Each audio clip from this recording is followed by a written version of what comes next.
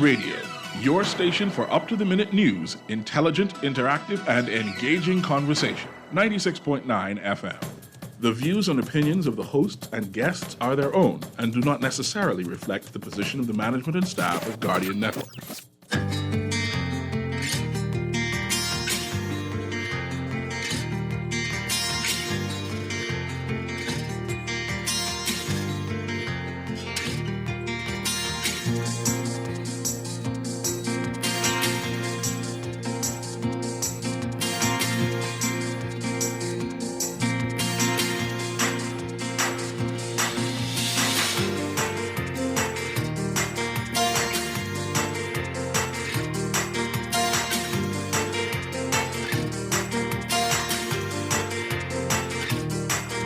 Good morning. PAHO urging the government to use vaccines to increase coverage. A representative says booster shots only are needed for immunocompromised individuals. PAHO's also urging countries to brace for COVID surge. And carnival operators preparing to open. It's all straight ahead this morning. I'm Dwight Strachan, and this is Morning Blend. Wake up, it's a new day.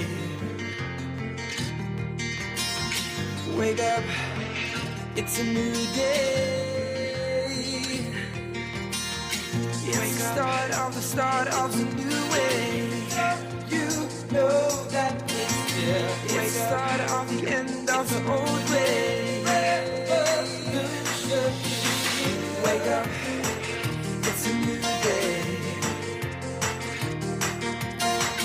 Wake up. Good morning again, Bahamas. It is Thursday, December 16th, 2021. This is Morning Blend on Guardian Radio 96.9. Again, I'm Dwight Strachan. In a moment, Laverne Gardner will be joining us. Also this morning, we're talking with RBC. They have a lot of exciting things going on in the lead up to the Christmas holidays, and they're going to tell us all about it this morning. Also, we've got another drawing of the Bahamas COVID vaccination raffle. And later in Morning Blend Business, we are talking with the One Eleuthera Foundation about the work they do, and could this be a model for other islands in the country? It's all straight ahead this morning, but first it's time for The Overnight, the latest breaking news from while you're sleeping, and the top national and international headlines this morning.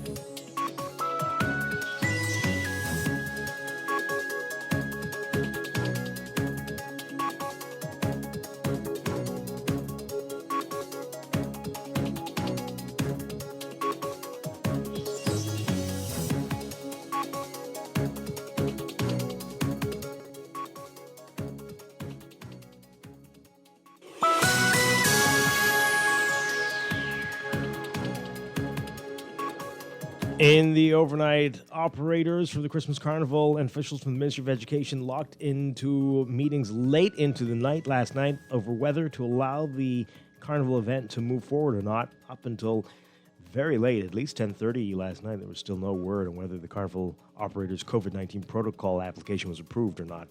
Attorney Bjorn Ferguson, who represents McCafferty's Enterprises Bahamas Limited, the company that operates the carnival, said his clients are prepared to proceed with the event regardless of the decision. He said, quote, "We are waiting to see if our protocol document has been approved or not. That is the extent of the authority that has been established to approve the protocol documents or to issue protocols, to also add guidelines to assist businesses to operate. That body does not have the authority in law to shut a business down. That is our position. They exist to provide guidelines and issue protocols and approve protocols from various businesses and industries."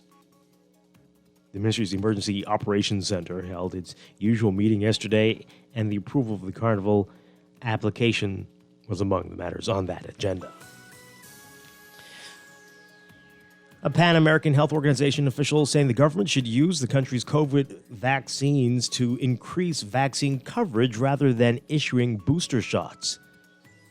PAHO Assistant Director Dr. Yarbas Barbosa saying during a press briefing that the country is moving forward with about 36% of the population fully vaccinated, and that following the recommendation that PAHO's made, it's, quote, quote, very important to increase the coverage in the population and to make the third dose available for that group that the WHO and PAHO have recommended.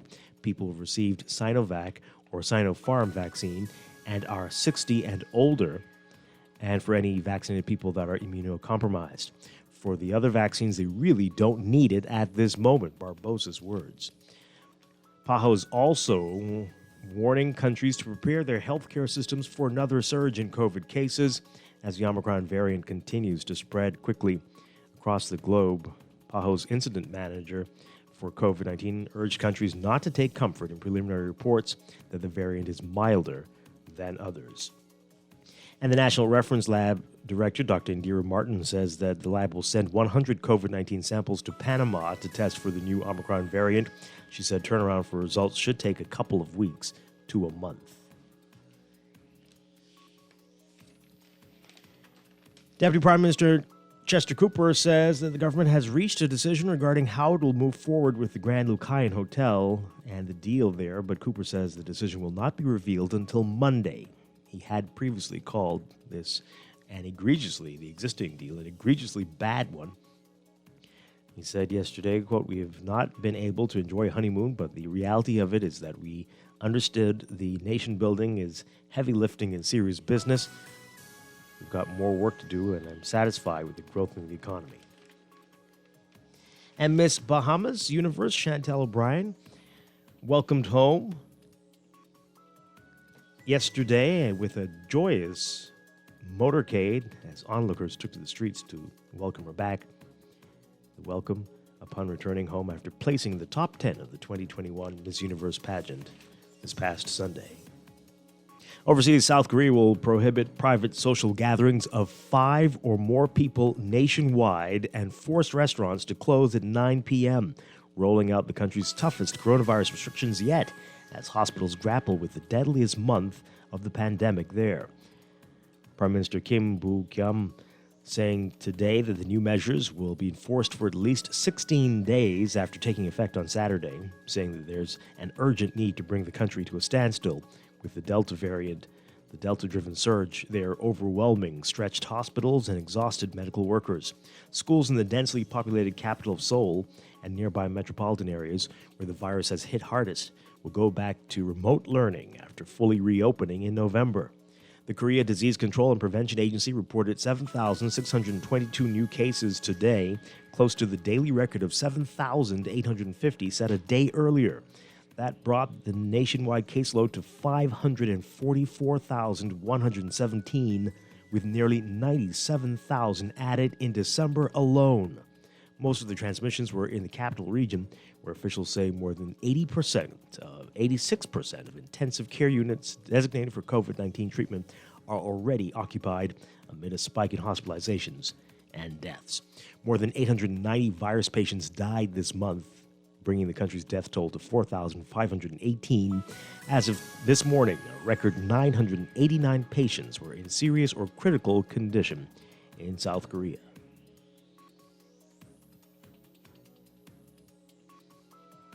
And Portugal's prime minister also tightening restrictions there.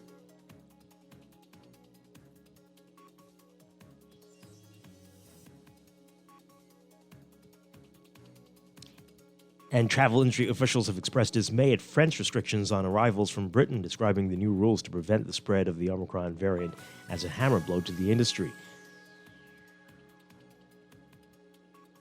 Poland's health ministry has confirmed the country's first case of the infection with the Omicron coronavirus variant in a woman from Lesotho, and the case was found in a sample examined at the country's health ministry. Back to Portugal, the Prime Minister says he intends to keep tighter COVID-19 border controls in place beyond their planned end on January 9th because of the threat from the highly infectious new Omicron variant.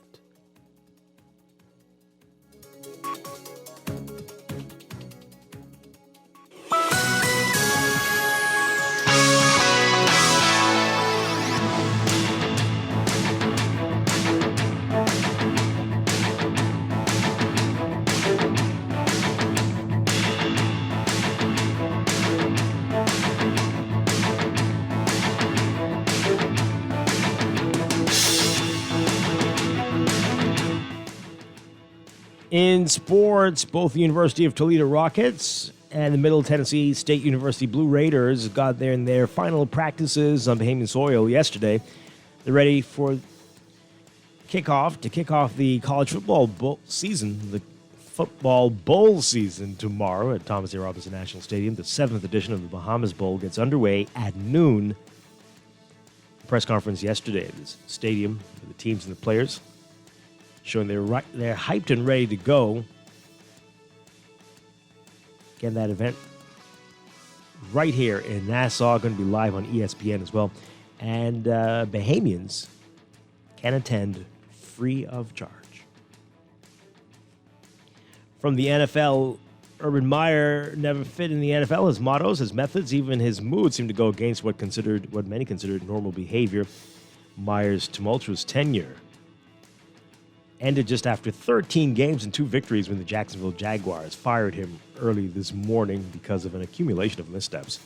Owner Shad Khan made the move hours after former Jaguars players Josh Lambo told a Florida newspaper that Meyer kicked him during practice in August.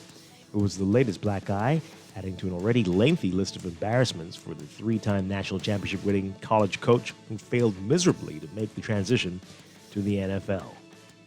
Meyer joins former Atlanta Falcons coach Bobby Petrino as college coaches whose NFL careers flamed out in stunningly swift fashion. Petrino resigned in December 2007 to take over at Arkansas.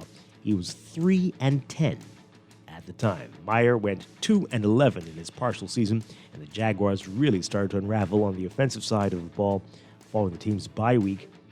They averaged a measly 9.1 points in Meyer's final 7 games, which ended with a 5-game skid. That's sports, and that's the overnight. Time for your first look at weather.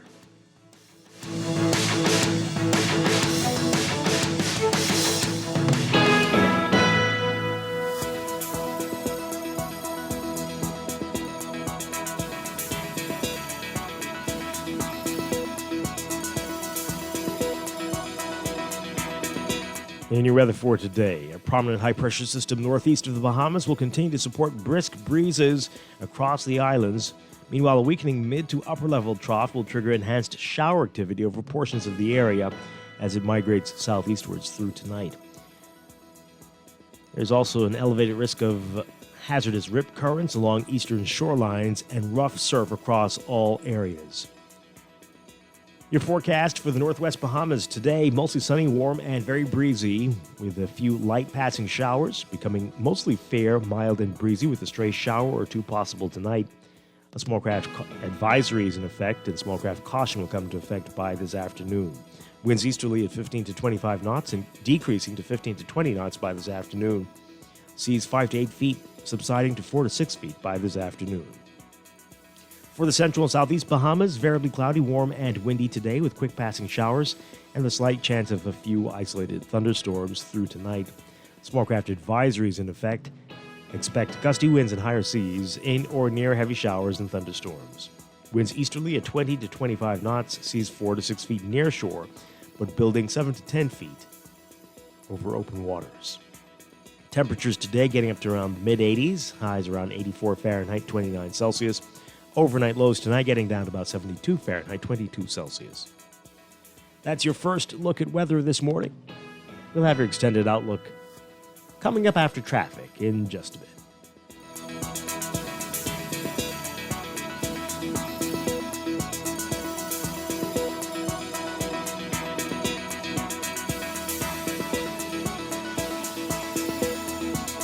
It's time for a break, but when we come back, we're discussing the day's top stories right here on Morning Blend on Guardian Radio 96.9, your home for fresh news and smart talk all day.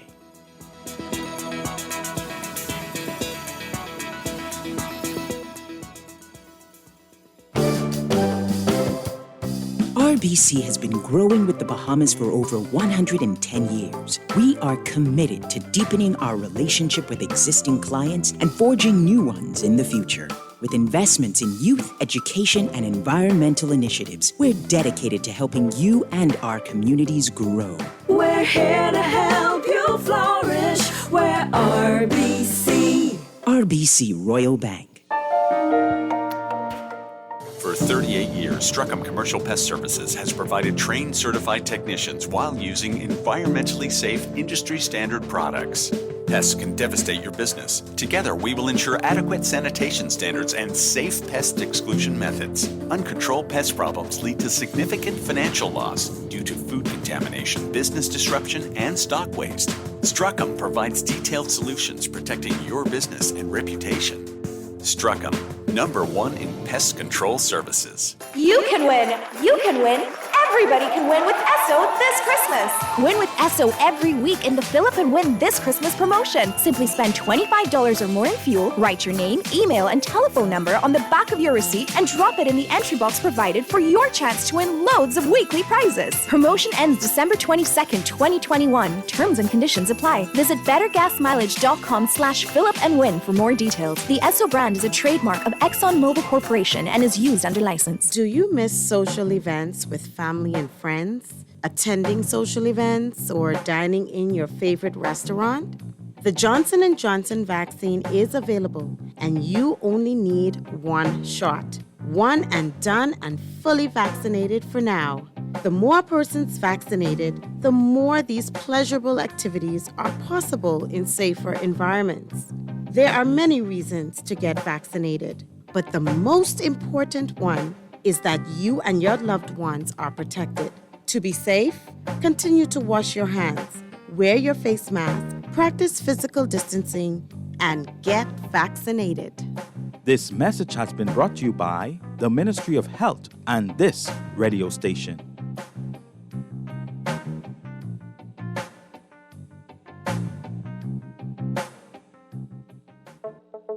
Tired of banks forcing you to use technology to bank the way they want you to? Your convenience is important. So no matter what your banking needs, Commonwealth Bank's friendly staff are always available in branch for that personal one-on-one service.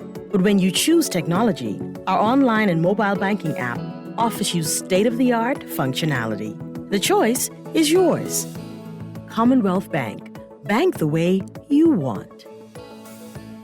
Technology makes every day in life just a little bit easier. Whether it's for joy, productivity, or creativity, Custom Computers has all the latest gadgets to conquer any obstacle. Imagine automating mundane tasks with tech and living a freer, richer lifestyle, all while staying on top of your goals. The path to freedom could fit in the palm of your hand.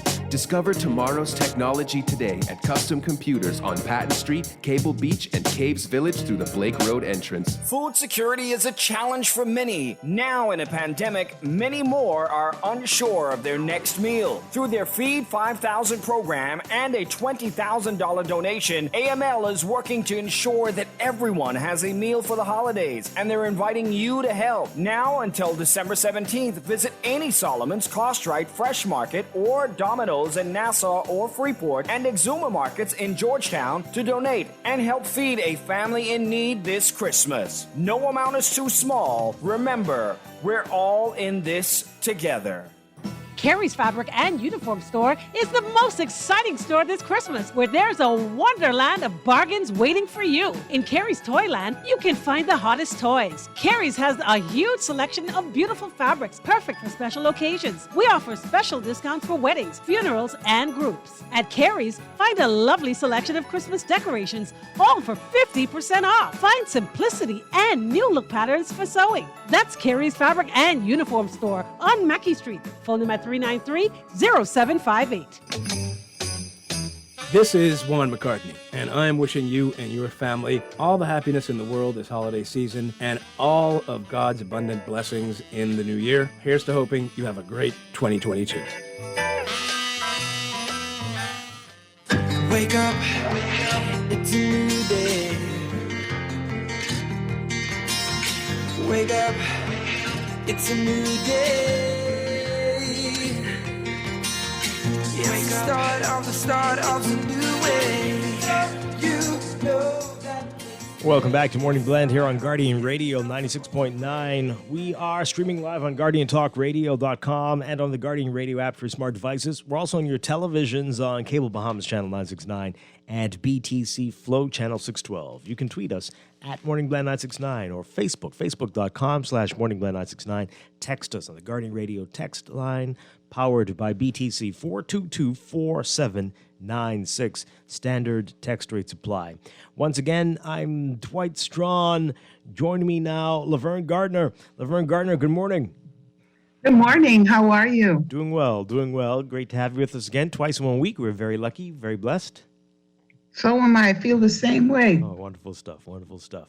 All right, we have a lot to talk about this morning. You can join the conversation, folks. We'll give you the phone numbers to call in just a bit. You can text us on the Guardian Radio text line, powered by BTC. You can also tweet us at MorningBlend969 or Facebook.com/MorningBlend969. And email us, morningblend@nascar.com. I think I did that already, did I? Anyway, coming up this morning, we've got more weather and traffic. And in our 8 o'clock hour, RBC is going to be here. They have a lot going on in terms of special promotions for the holidays, and they're going to tell us all about that this morning. And we've got a drawing of the Bahamas COVID vaccination raffle, Mondays and Thursdays. And then in Morning Blend Business, we're talking with the One Eleuthera Foundation. Do you know much about them? They're going to tell us about themselves and what they are hoping to accomplish in Eleuthera, what they've been doing for a number of years, and whether this is a model for other islands. We're going to get to that as well this morning. So a lot to get to, but let's begin with what's in the news.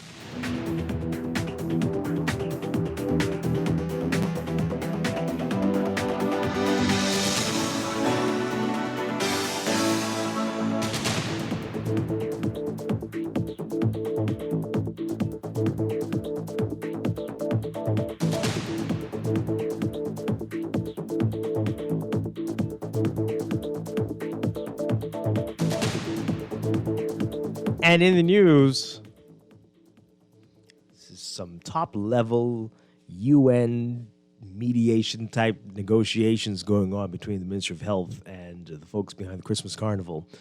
Up to news time last night, up to the press time last night, no word on whether there was approval for the carnival, the Christmas Carnival, to operate this year. And I still don't have any as of this morning. So I don't know what that means. Waiting to hear, but this is bizarre. And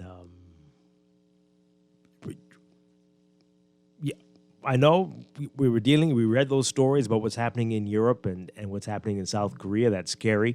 They're doing things that we did last year and that we hope we'll never see again, but it's happening because the numbers are going up there and in many parts of the world. So COVID is scary.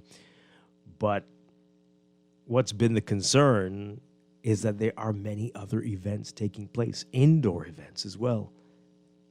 Indoor events is...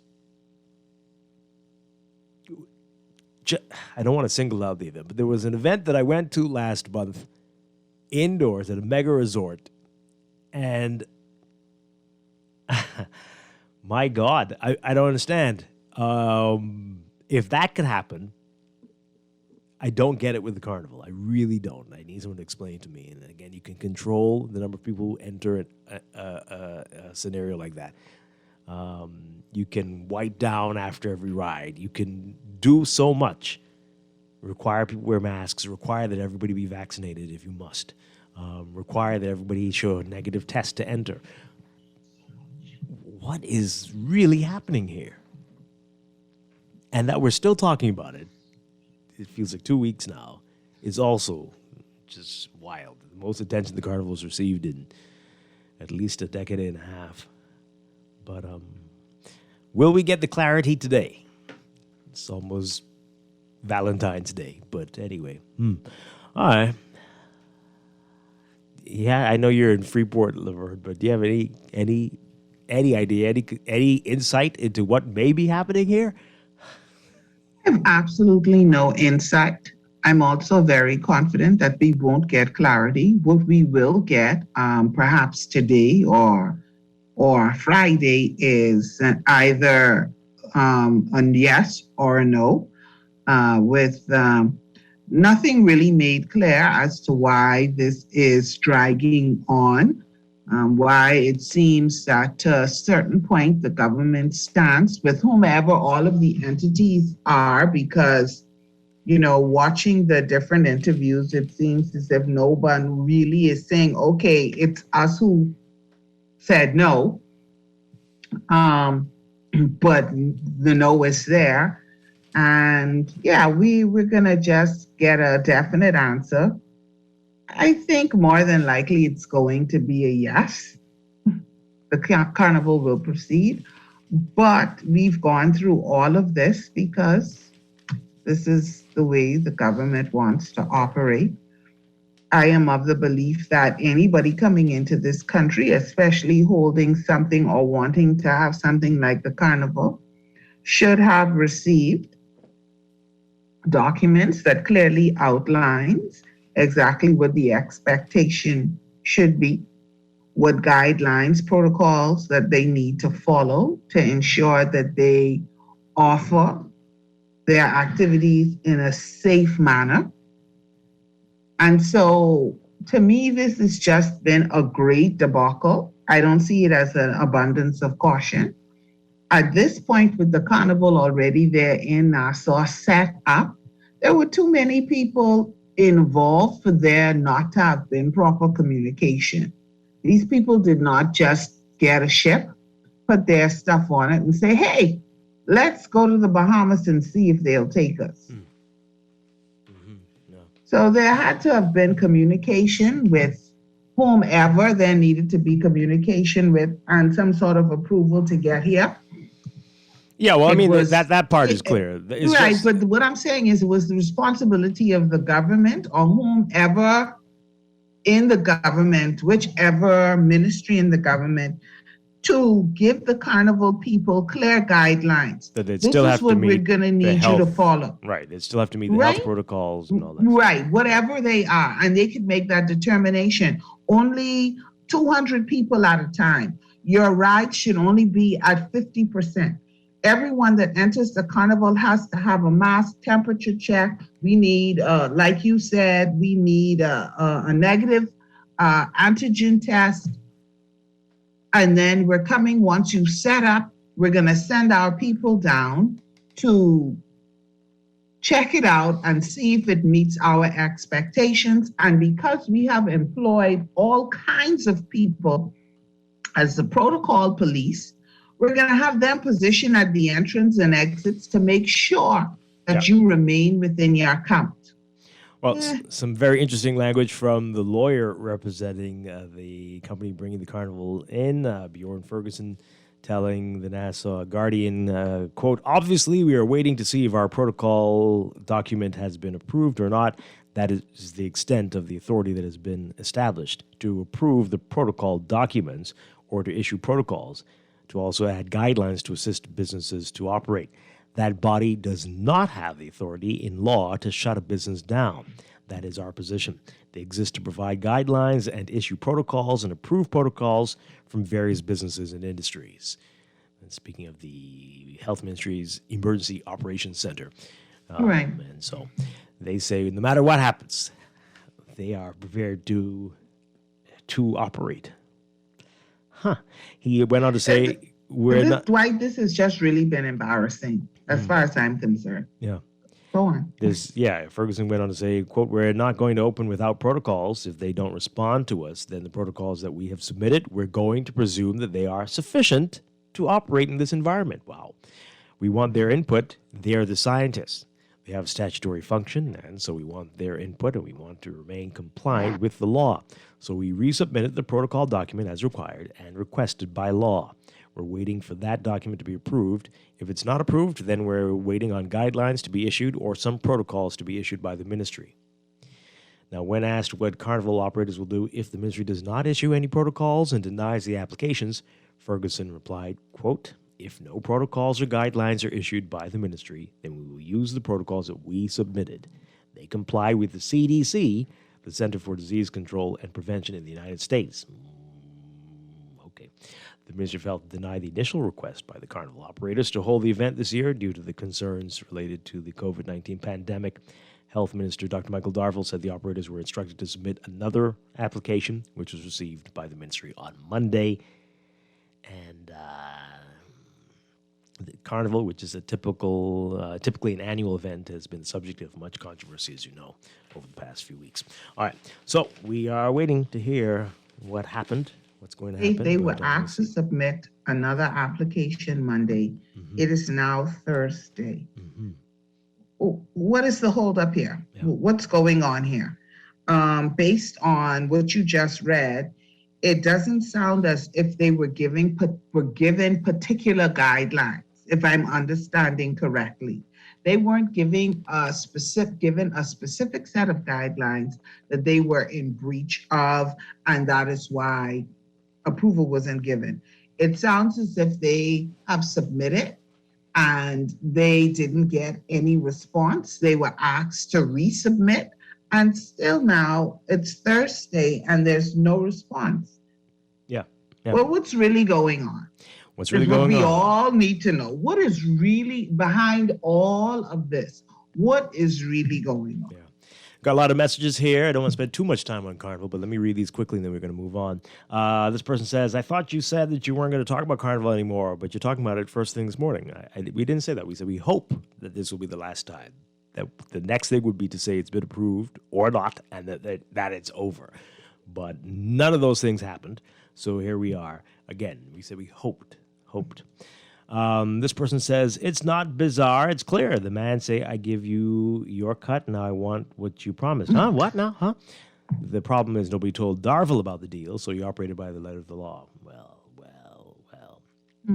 This texter, I don't understand why you don't understand about the carnival. Clint Watson gave a detailed explanation on why the carnival was not approved by health. Perhaps you should get that and then play it. Well, no, perhaps you should listen to what people are saying. That there are other events that are taking place and they're not having these issues, and it's perplexing. Many of those are indoors, and yet people are sitting right next to people, and people are about. In some cases, some people can tell you about some events that happened a couple weeks ago where people weren't wearing masks. So how come that? Not only that, was everyone really clear on that press release?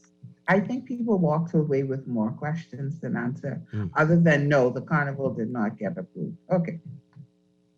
Yes, and obviously that somebody is confused based on what you heard from Clint Watson there, right? Because it did get approval on one side, but maybe not the health protocols approval. So I don't know how you're the only one who's clear, texter, but okay. This person says here, okay, no, that's all right. I think the government is trying to ensure that no mass outbreak occurs from the carnival since the opposition exposed their blunder. They can't proceed and have something go terribly wrong. Well, how will you prove it came from that, as opposed to the other events that are taking place? This texter here, it will be a yes. However, the now new reasons for the yes after saying no with lots of reasons will now have to be explained. This is going to be some interesting explanation. I have my popcorn. Okay. Another texter, come on, we all know why we are having this carnival fiasco. Dr. Darville is arrogant. What? This is the result of putting doctors in charge. We saw the same under Minnesota. That's crazy stuff. Come on, folks. Seriously? No. Okay. But the texter prior to that, I don't know if we're going to get an explanation. We are probably going to get, if it's approved, which I also agree with the texter. I believe that it will be approved. We probably get, yes, we've been approved, and because now we've satisfied that they have addressed all of our concerns and they have the right protocols in place. End of story. Yeah. And people will just line up and go to the carnival. Okay, just a few more text messages on this. This whole carnival situation paints a not so pretty picture about doing business in the Bahamas. That picture was painted years ago. What do you mean? This person says... This just only further confirms. Oh, okay. Refreshes the picture. Yeah. This one says they're open this Saturday. Oh, yeah? Okay. Okay. Where is the Prime Minister in all of this? That's a text. And, okay.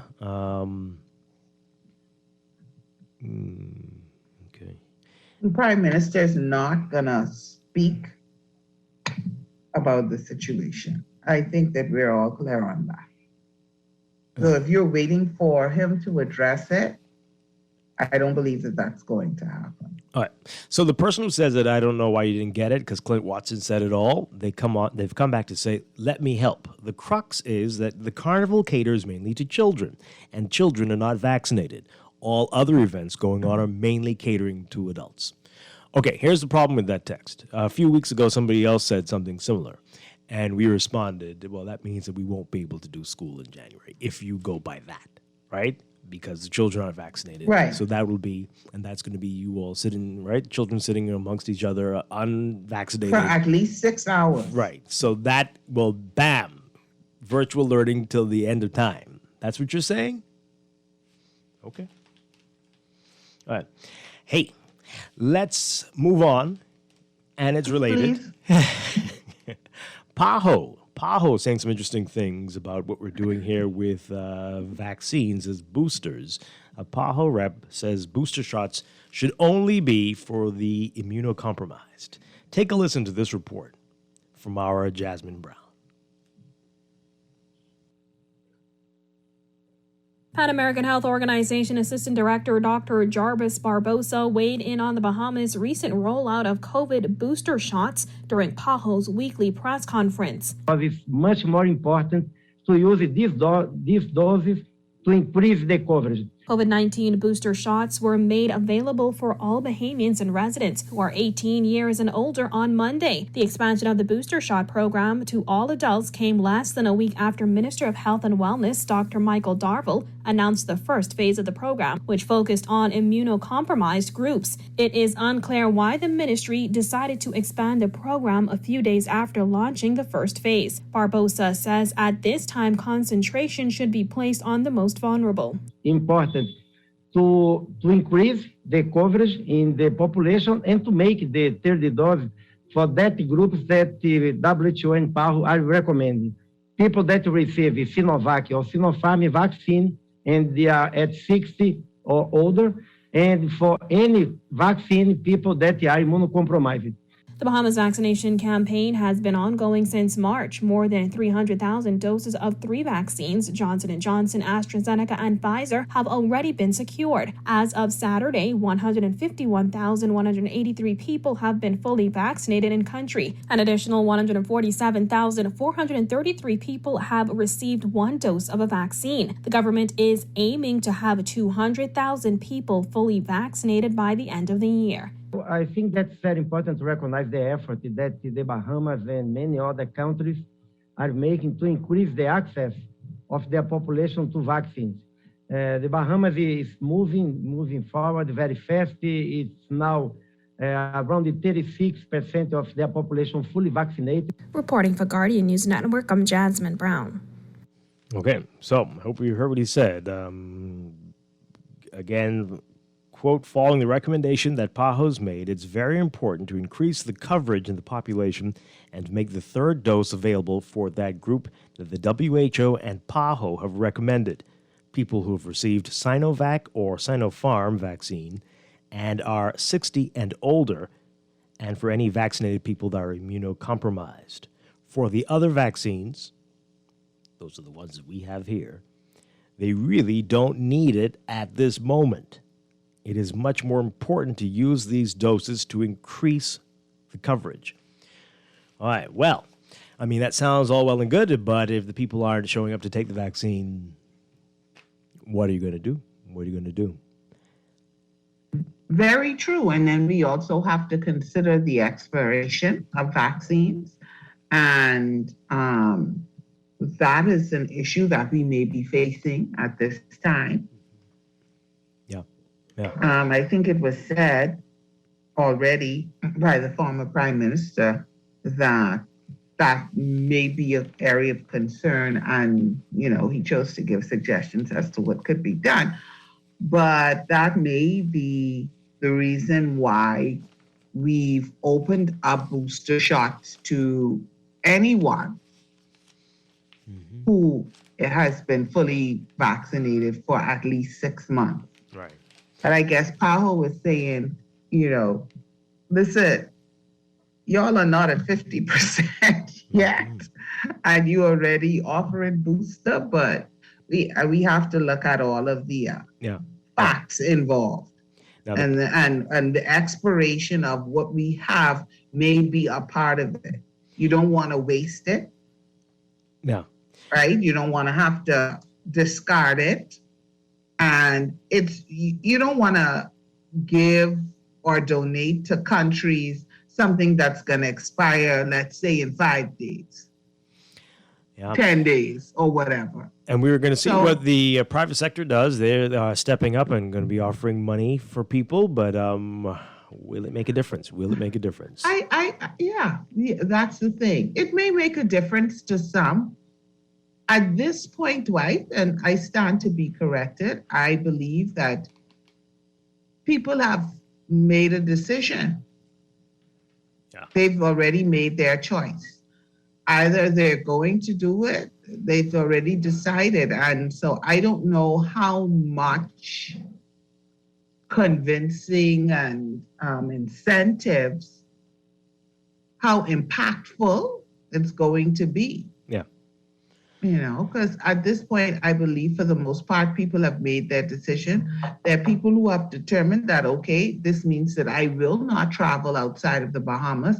I'm going to live my life a certain way, and they've made those adjustments, whatever they need to be, so that if they're not vaccinated, they are living a particular way, and they are fine with that. Mm-hmm. Now, this is a very interesting point someone's making here. So the WHO is saying only for those 2 vaccines and for people over 60 and for people immunocompromised. They really need the boosters. But this texter, one of our listeners, saying, well, but Fauci in the U.S. has been saying everybody needs a booster. And that's what the U.S. has been saying, not just Fauci, that if you are eligible, get a booster. Go to get a booster. So that's the CDC and the Americans saying that. So people are really like, well, I don't know what to do. I don't know what to do. Let's hear what you have to say, folks. Give us a call. 323-6232. 325-4316. 325-4259. Tweet us, Facebook us, text us, 422-4796. Some messages here. Someone says, Dwight, if the carnival is approved and by January we have a big uptake in COVID cases, who or what do you think the public will blame on the uptake in cases? Looking at our cases now, our numbers have already started to go up. A lot of people don't see it coming, but get ready for a big uptick in the numbers, even if they say no to the carnival. Well, yeah, you wouldn't be able to point directly to it. Maybe you can. I don't know, especially if it's a lot of children. But there are a lot of events happening, a lot of parties, a lot of gatherings. I'm sure there are sufficient events that, God forbid, if that happens, I'm sure there are sufficient events that we could spread the blame around. Yeah. This person says, this is this again. Okay.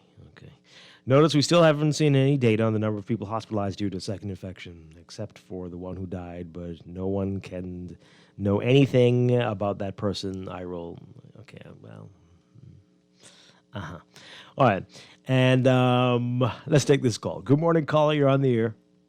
Good morning, this is Strachan, along with you and your guest, Dwight. Hi, good morning. Dwight, I can hardly hear you. Hi, we can hear you. We can hear you. Mm-hmm. Okay, justice, law, and order in this country. What I want to ask you, right? Twice I want to make a comment. My comment is, I'm tired of speculation pertaining to this carnival to do. And my question is, right, if they have the carnival, right, and children would, get sick, catch that infection, what you're going to do? Give the nurses and doctors more problem, and that's going to create a bigger problem for the country? You want to accept that? So what are you saying? They shouldn't have the carnival? I don't think you should have it. Mm-hmm. The thing is, situations should have been reconciled before they came into the country. I prefer my people to live. Mm-hmm. Thank you. Okay. All right. Thank you very much. Which goes back to the point that you made. If we use this, and I'm not saying that, we want our children to get sick, But if we use that line of thinking, if we use that point, then what are we going to do come January when school is set to reopen? Yeah, wow. What are we going to do then? This is the question. This is the question. This interesting text here. I went yesterday to get my booster after taking the Johnson & Johnson vaccine, only to be told that if you were vaccinated abroad, you cannot get the booster in the Bahamas. Have you heard anything of this? Like this? I have not heard that. That is very odd. I can't imagine. And you showed the proof that you were vaccinated. That doesn't... Got to look into that one. I'm going to look into that one. That's very odd. And if that is the case, I would think that would be made public. Yeah. Don't you think? That should come with boosters are available, however, only for citizens, residents who were vaccinated in the Bahamas. Very odd. Yeah. Huh. Wow. Okay. We need to investigate that further. Yeah, absolutely. Let's take this call and then we're going to take a break. Good morning, caller. You're on the air. Mr. Strachan, how you doing? Doing well. Good morning. God, how you doing?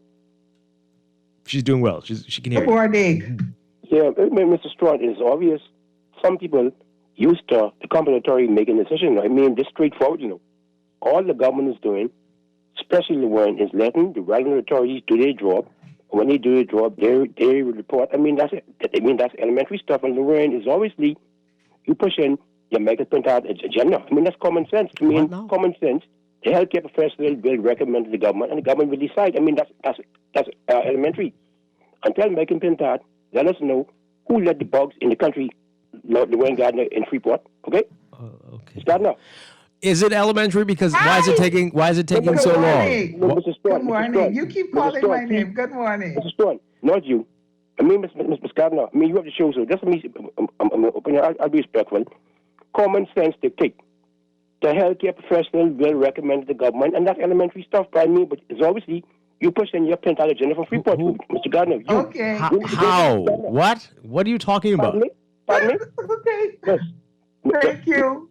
Lorraine Gardner, you need to go in Freeport and find out those bugs. We're cutting the trees down. Tell Michael Pentard, explain that, okay? All right? Okay. All right, first, okay? See, the Cornwall is minor stuff, okay?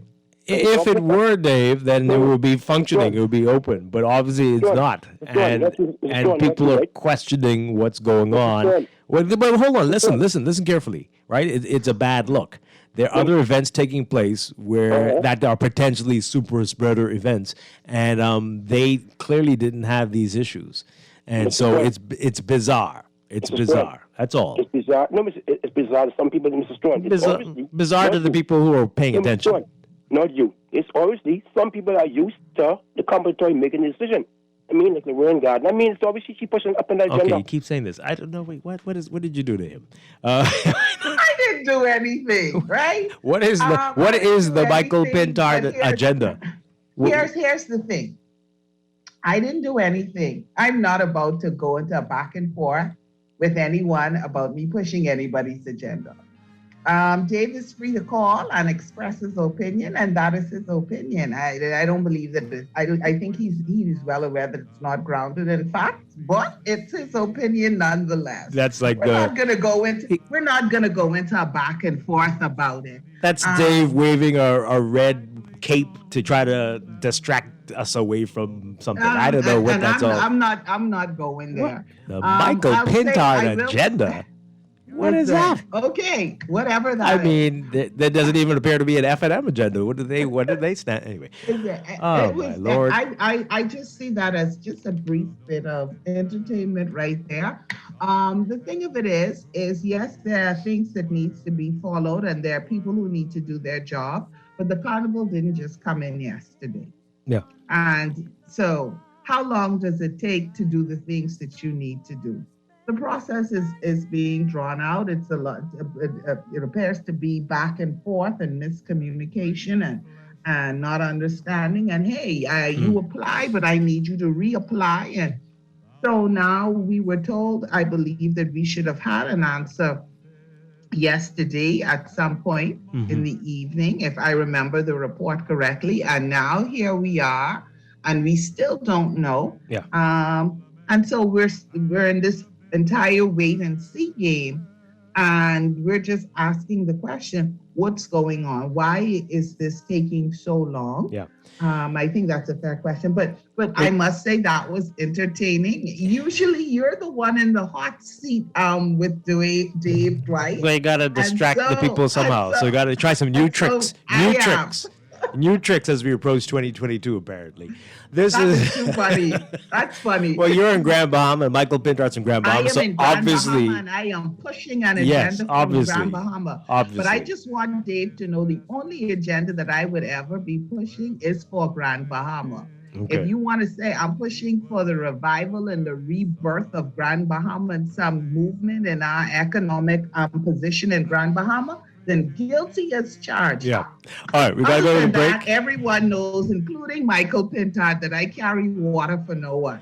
All right, let's go to the let's go to the break, and we'll be back. This is Morning Blend on Guardian Radio 96.9.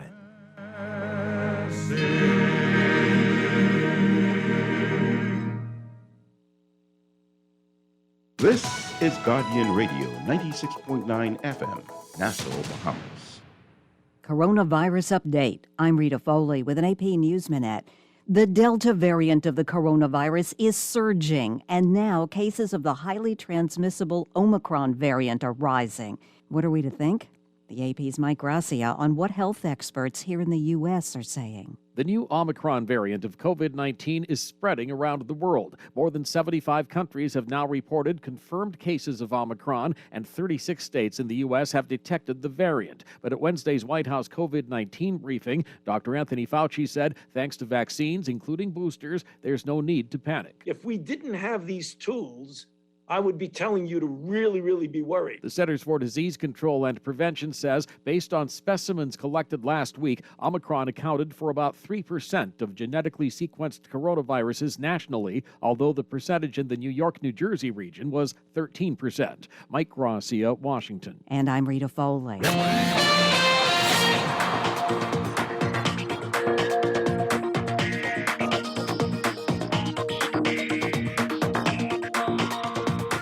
Time for your first look at traffic for this morning, brought to you by RBC Royal Bank.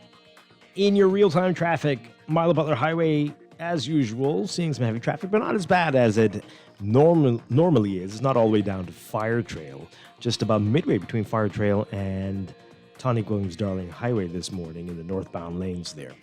So that's pretty good at this hour. Gladstone Road also looking good, only about midway between Fire Trail and John F. Kennedy Drive in the northbound lane there.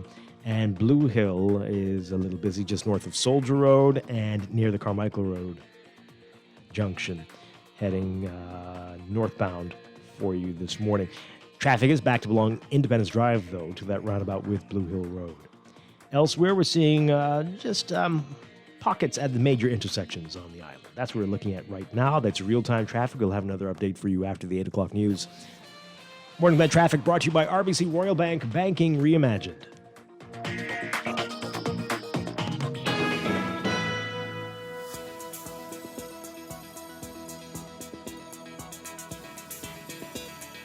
And time for another check of your weather for today, brought to you by John Bull. We've got a prominent high-pressure system just northeast of the islands that will continue to support brisk breezes across the country. Meanwhile, a weakening mid to upper-level trough will trigger enhanced shower activity over portions of the area as it migrates southeastwards through tonight.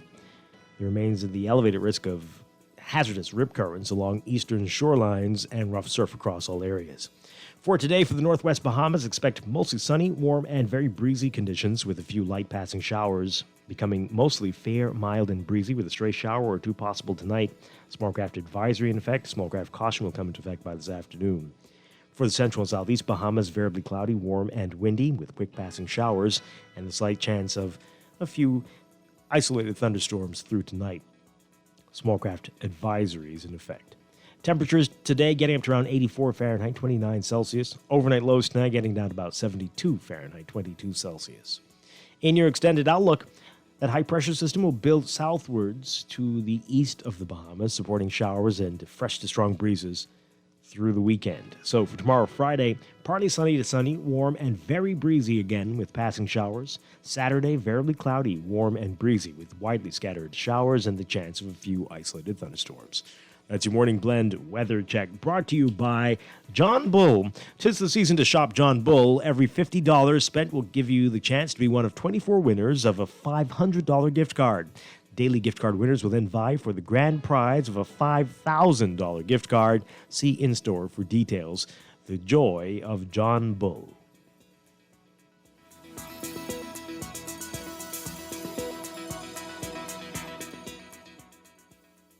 It's BTC, 12 days of Christmas giveaways. That's right, BTC is giving you free cash and prizes for the next 12 days leading up to Christmas. On the first day of Christmas, BTC gave to me free cash, free service, and a free prize from BTC.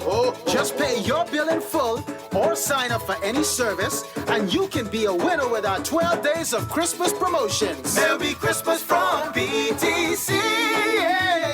While it's encouraging that the national COVID-19 vaccine rollout is going successfully, it's not the only precaution to reduce the spread of the virus in our communities. It's important to continue practicing safety protocols because it is our social responsibility to protect ourselves and to protect others. Wash your hands for a friend with a weaker immune system. Only read and share information from trusted sources to avoid unnecessary panic. I'm gonna need y'all to avoid these large crowds. You could have loved ones at home who have underlying health conditions. Do it. Practicing safety protocols is an act of brotherly and sisterly love. The life you save may just be yours as well as your neighbor. We will win. We will win. This message is brought to you by the PAHO WHO Bahamas and Turks and Caicos Country Office, the Ministry of Health, and the Healthy Bahamas Coalition. What does Christmas mean to you?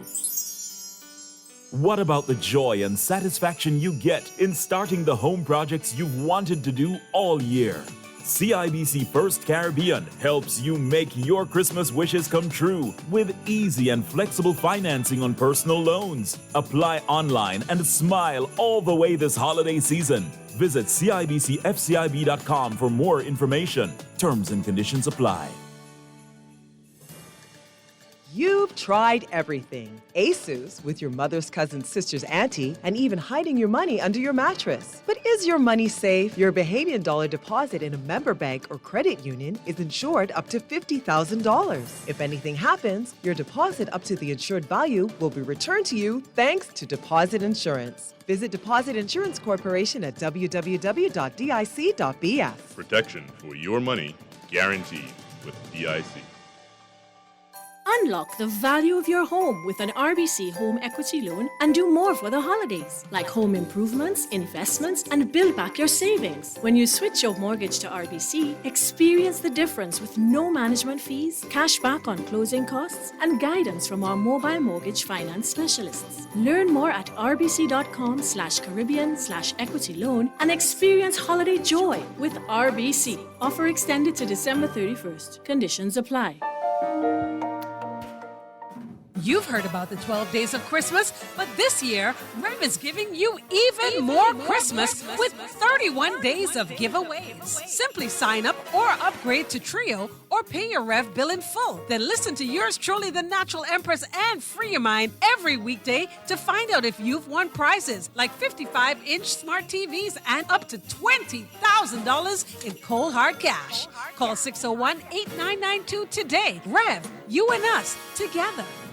Technology makes every day in life just a little bit easier. Whether it's for joy, productivity, or creativity, Custom Computers has all the latest gadgets to conquer any obstacle. Imagine automating mundane tasks with tech and living a freer, richer lifestyle, all while staying on top of your goals. The path to freedom could fit in the palm of your hand. Discover tomorrow's technology today at Custom Computers on Patton Street, Cable Beach, and Caves Village through the Blake Road entrance. It's a different kind of Christmas, but everything is here. Yes, everything is here at Shop Smart Department Stores. 2 locations just for you. One on Mackey Street next to RBC and in the Prince Charles Shopping Plaza. Come on down. Everything is here. At Shop Smart.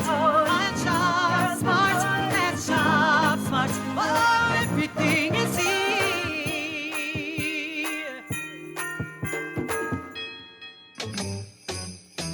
This is Nahaja Black, and I am wishing you and your family happiness, joy, peace, and prosperity this holiday season and throughout the new year from all of us at Guardian Radio 96.9 FM. God rest ye merry gentlemen, let nothing you dismay. For Jesus Christ our Savior was born on Christmas Day to save us all from Satan's powers when we were gone astray. Glad tidings of comfort and joy, glad tidings of comfort and joy.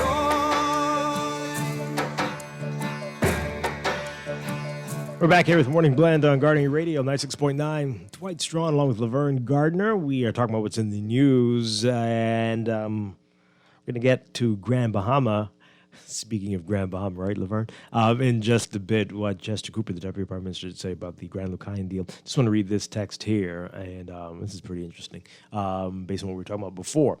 So this is the text. So according to the Minister of Health, and to some of our texters, right, I should not take my kids to his Christmas party for the residents of Tall Pines? There we go again. Yeah. You know, that's another. And so here we have that again. So, and that's the thing. If we're going to use the children, the safety of the children, of our children as a reason why the carnival may not open or should not open, and then we have to look at it in all aspects, right? Yep, absolutely. And you probably should be very careful about letting Santa come in your house, and right, you don't know where he's been. Got to see his travel visa, and see his COVID vaccination status. This year, what is it, coming down the chimney? This year, when Santa comes down the chimney, he has to come down the chimney with a negative antigen or PCR and test. Proof of a vaccination, And proof that he is fully vaccinated. And he's over 60, so hopefully he took his booster. But okay. So yeah, I mean, where does it end, right? And I know, and people have been trying to avoid having the conversation about teenagers getting vaccinated here, but you know, it'd be good to know what the numbers looked like, how many teenagers actually got vaccinated. Many people wanted to avoid that, but and now this is being used by some as an excuse for things. Well, Well, I have no further comment because that's not my agenda. Right. This person says here, I spoke with someone yesterday regarding boosters for people who were vaccinated abroad. Her exact response was, no glitch, a platform being developed to accommodate persons who had vaccinated, who had been vaccinated abroad. A platform is being developed to accommodate people who had been vaccinated abroad. So there was an issue, according to this person. Okay, we got to get some details on that one. That's That's boy. Ooh. I don't think, because hopefully, if it is according to what both texters have said, they get that resolved. If it's a glitch in the system, because I don't know. I know that they were encouraging people who may have gotten vaccinated abroad to contact them and let them know, right, where they'd gotten and all of that. Mm-hmm. So if, like I said, if there is a glitch, hopefully it'll work out because, other than that, if someone, it appears that if that is the case and right now nothing is resolved, someone who got vaccinated abroad may then have to go abroad to get their booster. Well, hopefully they can work that out. Hopefully it won't be very long.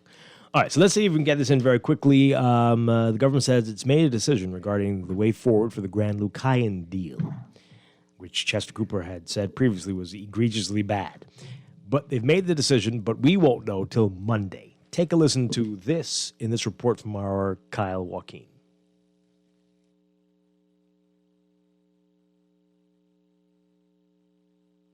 We've made a decision as to what we want to do. When can we get that decision? As early as Monday. Come Monday, the country may know which direction the Davis administration will head in with regards to the Grand Lucayan deal, one that Cooper has called egregiously bad. Since being elected back in September, there have been questions over whether the Davis government will move forward with it, even after millions upon millions have been spent on the project since the Minute administration purchased the resort in 2018. Cooper said those questions will finally be put to rest early next week. But that's just one part of what the Davis administration has done so far as it nears its first 100 days in office next week. Cooper says so far, they've done a good job. I am satisfied with the growth in the economy, the significant rebound in tourism. We reduced VAT, as we promised to the Bahamian people. We eliminated the Bahamas travel health visa for Bahamians coming into their own country. We were delivering on our promise. There's yet more to do. We understand there's a long way to go, but we have a blueprint and we have an economic plan, and every day we continue to chip at it. And Cooper says following the party's blueprint for change has kept them on the right track, fulfilling promises made in its bid for election. When I travel the length and breadth of the Bahamas, it feels like a new day. There is a level of hopefulness. There is a spirit of hope and restoration that we're feeling from Ragged Island straight on to Grand Bahama. But he says this is no pat on the back, as he knows there are many still hurting. He said, frankly, there is more work to do. So we understand that there's still an incredible level of hurt and frustration and suffering in our country. And we are, before we say that, the mission has been achieved, we want to ensure that we provide as much as we can, as quickly as we can, and we've done some of that already. The PLP was voted in office by a huge margin on September 16th, leaving the F&M with only 7 seats in Parliament. It was a clear message, Cooper said the country sent, and a task the Davis administration has taken on with the aim of doing good by the people, whom he says will be the judge at the end of the day. Without question. But, this is all a question that you ought to put to the Bahamian people. We will not be satisfied. All right. So, Kyle walking with that report there as the 100 days is approaching very fast. It's going to be in a few days. And we'll have more on that, I'm sure, in the new year. But we're going to break for news and be back with more of what's making news. This is Morning Blend on Guardian Radio 96.9.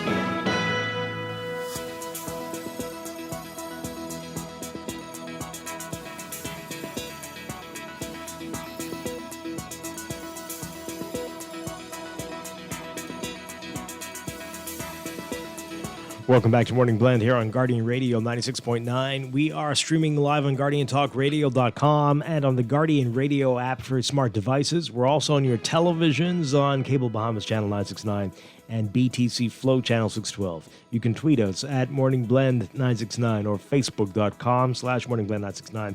Text us 4224796. And now at 8:22, time for another check of your weather for today, brought to you by Bahamas First Insurance. We've got a prominent high-pressure system northeast of the Bahamas. That's going to continue to support brisk breezes around the islands. Meanwhile, a weakening mid to upper-level trough will trigger enhanced shower activity over portions of the north of the whole area as it migrates southeastwards through tonight. There remains the elevated risk of hazardous rip currents along eastern shorelines and rough surf across all areas. Your forecast for today for the northwest Bahamas, mostly sunny, warm, and very breezy with a few light passing showers, becoming mostly fair and mild with breezy conditions and a stray shower or two possible tonight. Small craft advisory is in effect. Small craft caution will come to effect by this afternoon. For the central and southeast Bahamas, variably cloudy, warm, and windy with quick passing showers and the slight chance of a few isolated thunderstorms through tonight. Small craft advisory in effect. Temperatures getting up to around 84 Fahrenheit, 29 Celsius. Overnight lows getting down to 72 Fahrenheit, 22 Celsius. In your extended outlook, the high pressure system will build southwards to the east of the Bahamas, supporting showers and fresh to strong breezes through the weekend. So for tomorrow, Friday, that's going to be partly sunny, warm, and very breezy conditions with passing showers. Saturday, variably cloudy, warm, and breezy with widely scattered showers and the chance of a few isolated thunderstorms. That's your morning blend weather check brought to you by Bahamas First Insurance. What's first for you comes first for us.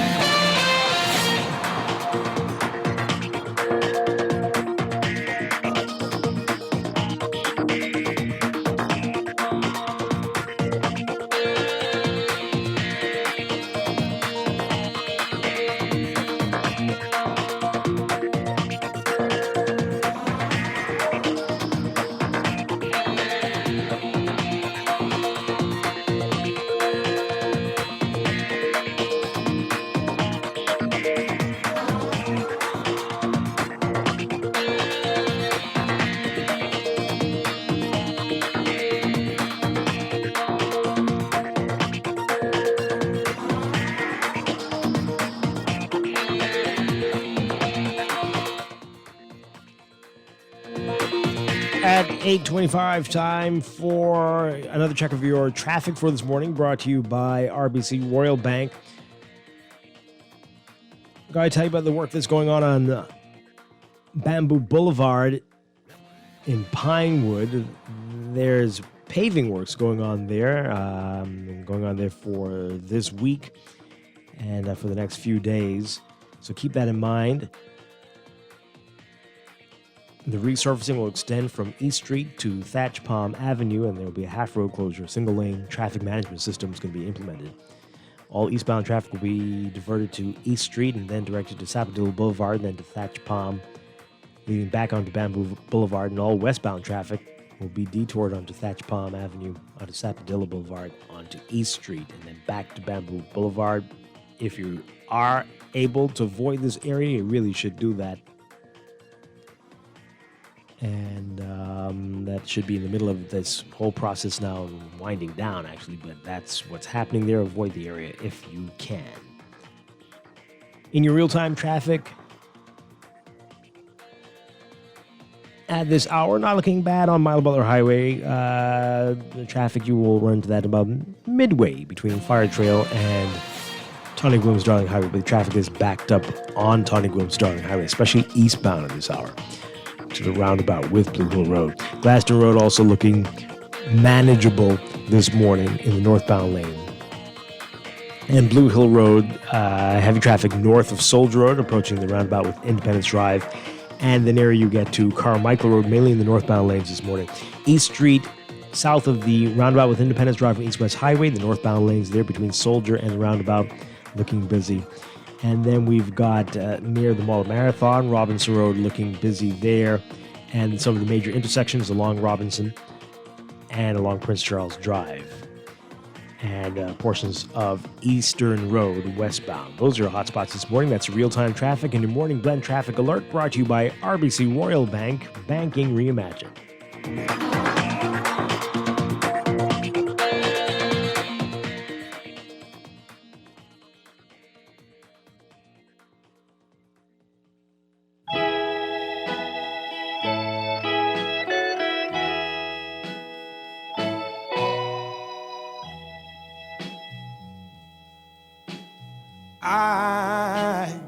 I'm dreaming of a white Christmas. You're just like the one that I used to know.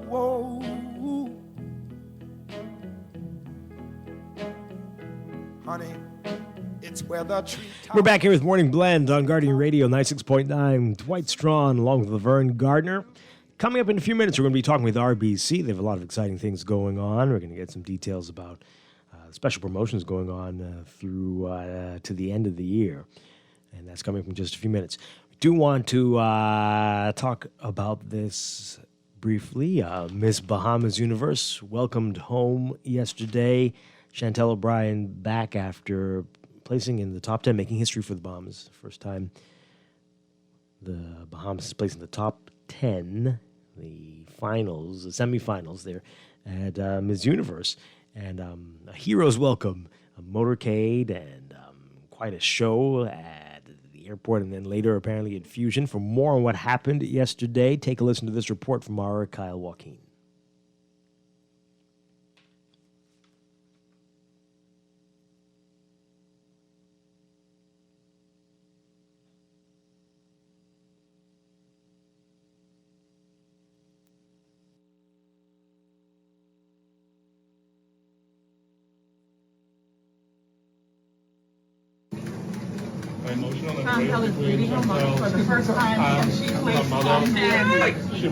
It was perhaps the first person she wanted to see since her historic feat at Miss Universe. Chantel O'Brien embracing her mother in the VIP lounge of LPIA as they both cried tears of joy, living in the moment she worked so hard for and was 8 years in the making. Top 10 at Miss Universe. The young girl she's mentored for years, also there to welcome her. For the fact that we're not a pageant cultured country, but I think that it's not about pageantry, it's really about, rearing our young girls in the right direction and then being able to be confident in who they are. Wife of the Prime Minister, Anne-Marie Davis, was one of several who showed up for the grand return, including several cabinet ministers. From the lounge, it was outdoors to her very own Jungle Rush Out and a motorcade that took her through the city center and the island.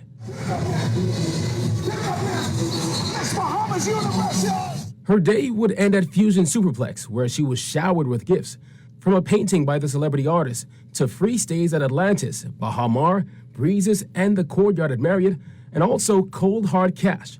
Miss Bahamas felt the love. Our commitment is to ensure that pageantry in the Bahamas stays at a level and continues to soar.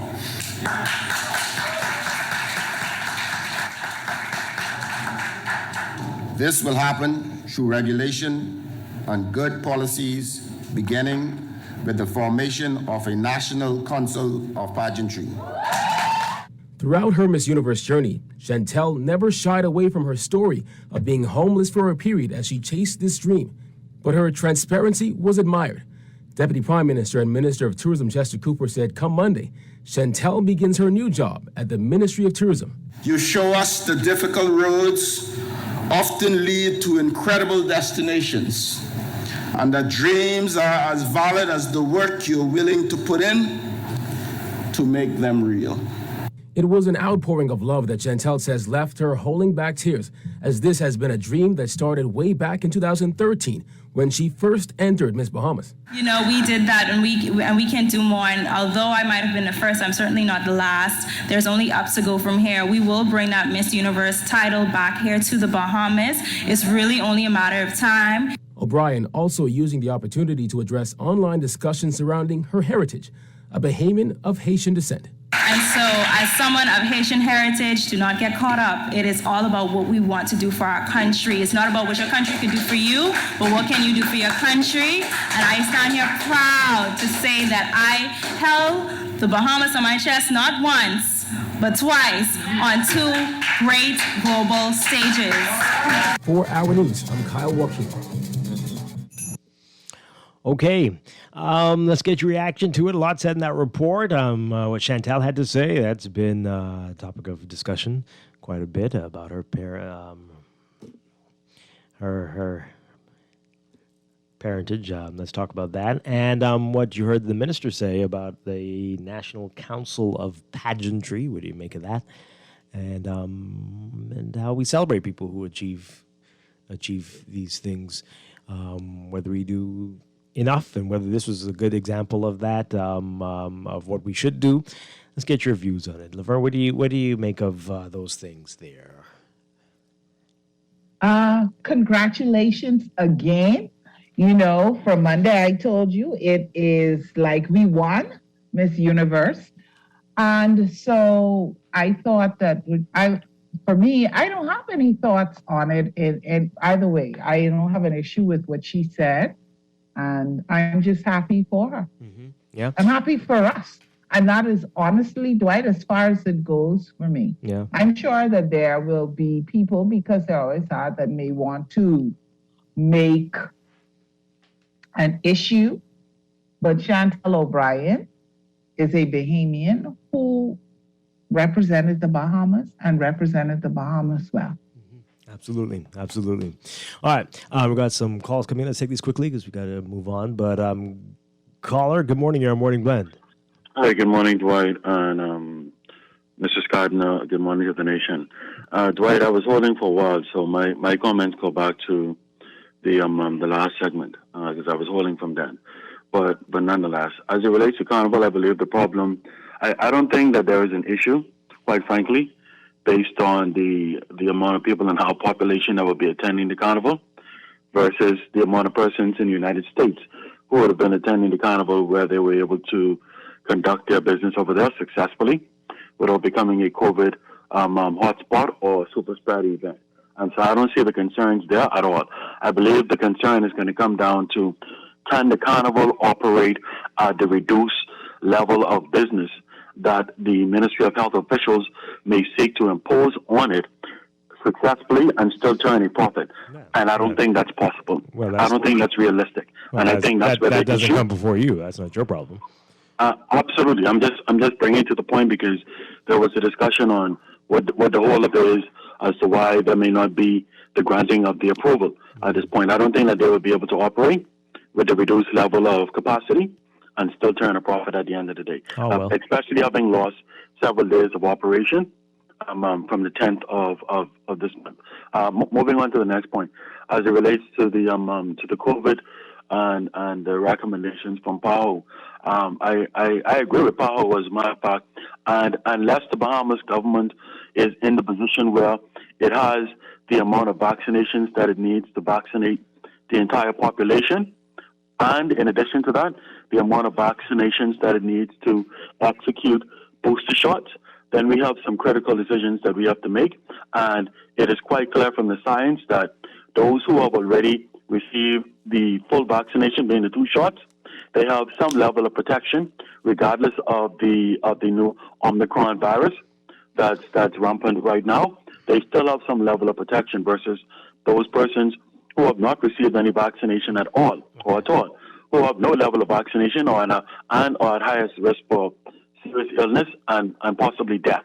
And so I believe the government has some serious decisions that it has to make, right? And then finally, as it relates to the, that's an interesting statement that the Deputy Prime Minister made.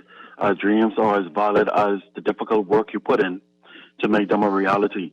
I would strike a different tune than I heard from the Deputy Prime Minister this morning as it relates to the Bahamian people. I would caution him to strike a different tune because it sounds very similar to the tune that the former administration struck, and we see where they are at the end of the day.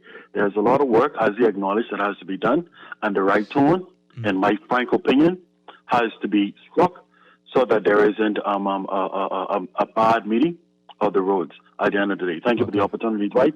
Thanks a lot. All right, let's take another call. Good morning, caller. You're on the air. Hi, good morning. Yes, I just wanted to comment on yesterday the activities that happened with our Miss Bahamas Universe, Chantal.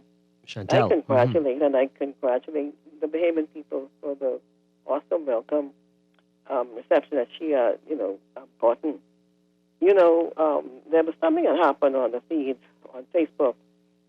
She did an interview with a reporter, and as she walked away, headed to the car, you could hear someone say, "You mean all this for Haitians?"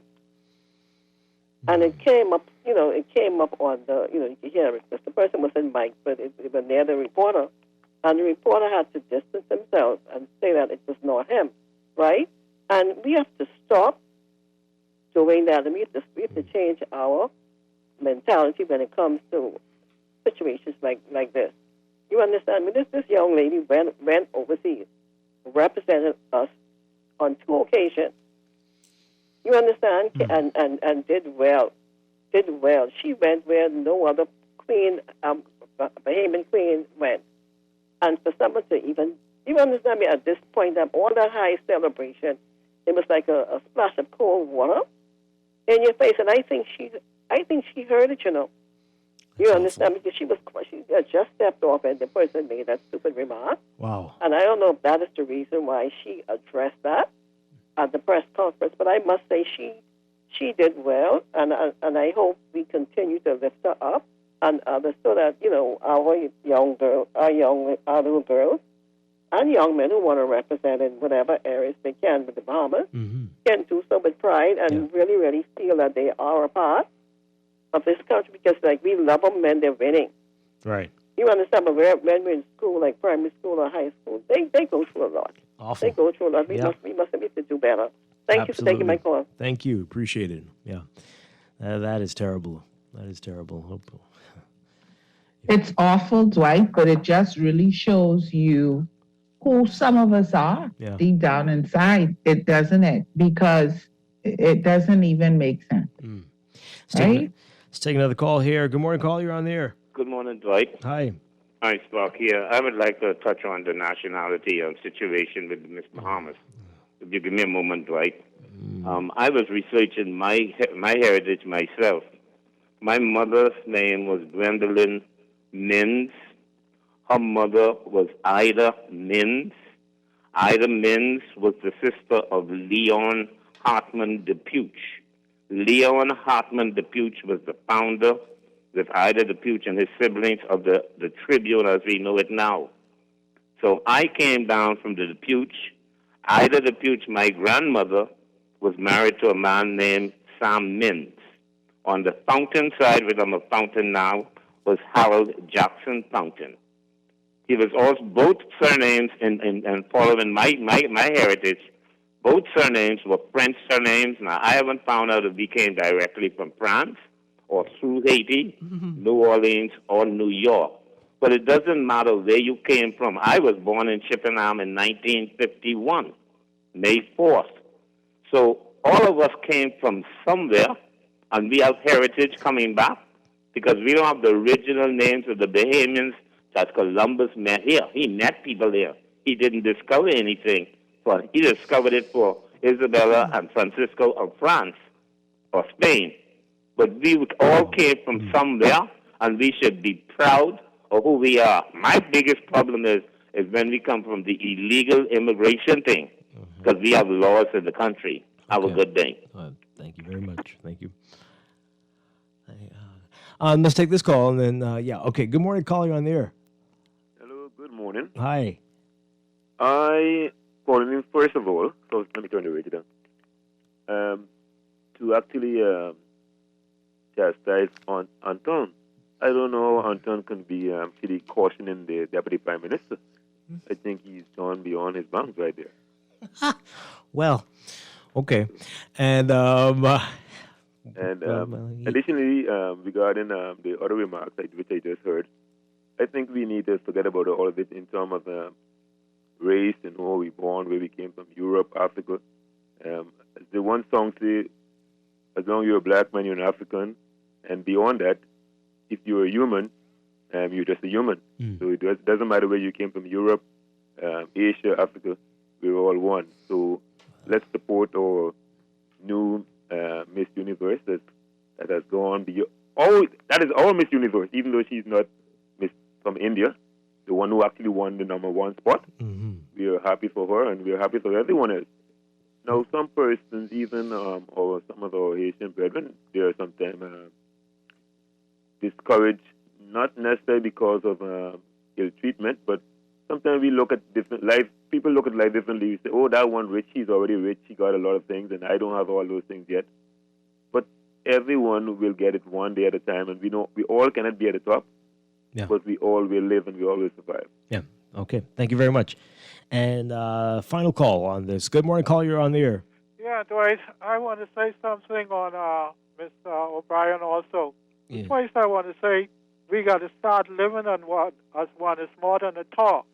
But the thing is, on both sides, sometimes people talked about the Bahamas this and believes that they're better than the Bahamas and stuff like that. But the thing is, the Bahamas is whole of integrity and decency when it comes to teaching the people that comes in our country, whether they are illegal or from wherever. We teach them in decency and in order, with integrity.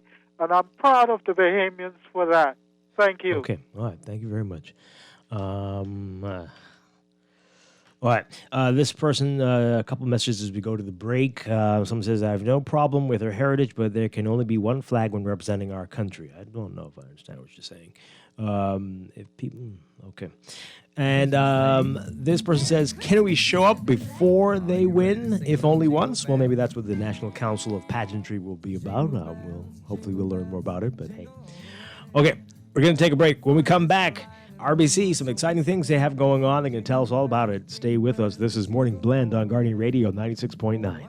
It's to ride in a one-horse open sleigh, dashing through the snow in a one-horse open sleigh.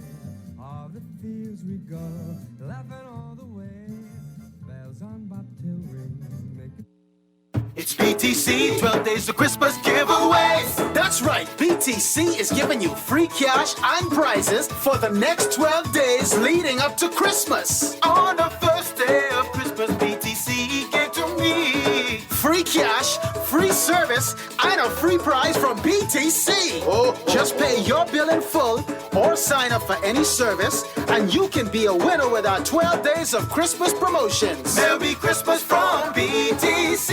Yeah. RBC can help you wrap up the year with holiday joy with an affordable auto financing package. Take advantage of up to 100% financing, competitive interest rates, extended repayment terms, backed by our mobile auto RBC sales experts who will meet with you safely at your convenience. Find out more at rbc.com/Caribbean/autoloan and experience holiday joy with RBC. Offer extended to December 31st. Conditions apply.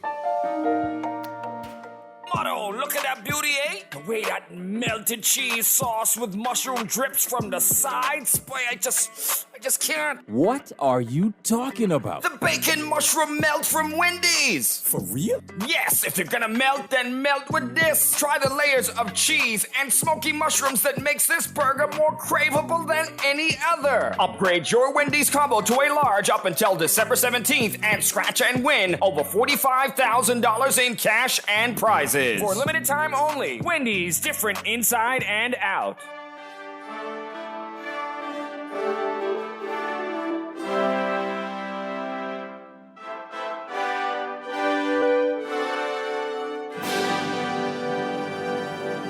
It's that time of year once again, and we at Screws and Fasteners World say thank you to our valued customers for trusting us with your projects throughout the past year. There's still some time left to catch us in store, so find us at the corner of Balfour Avenue and Palm Beach Street, or call 326-1976. Happy holidays, and have a happy new year.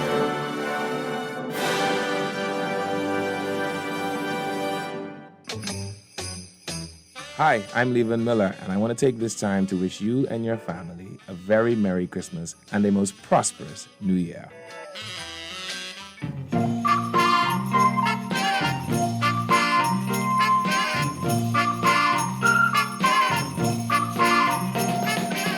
Merry Christmas, baby. Should it treat me nice? Merry Christmas, baby. Should it treat me nice? You bought me a diamond ring for Christmas. I feel like I'm in paradise. I feel mighty fine, y'all. I got music on my radio. Feel mighty fine, girl. I got music on my radio. Oh, oh, oh. I feel like I wanna kiss told. Santa came down the chimney, 3:30, y'all. Left all them a good old present for my baby and for me. Ha ha ha. Merry Christmas, baby. Should it treat me nice?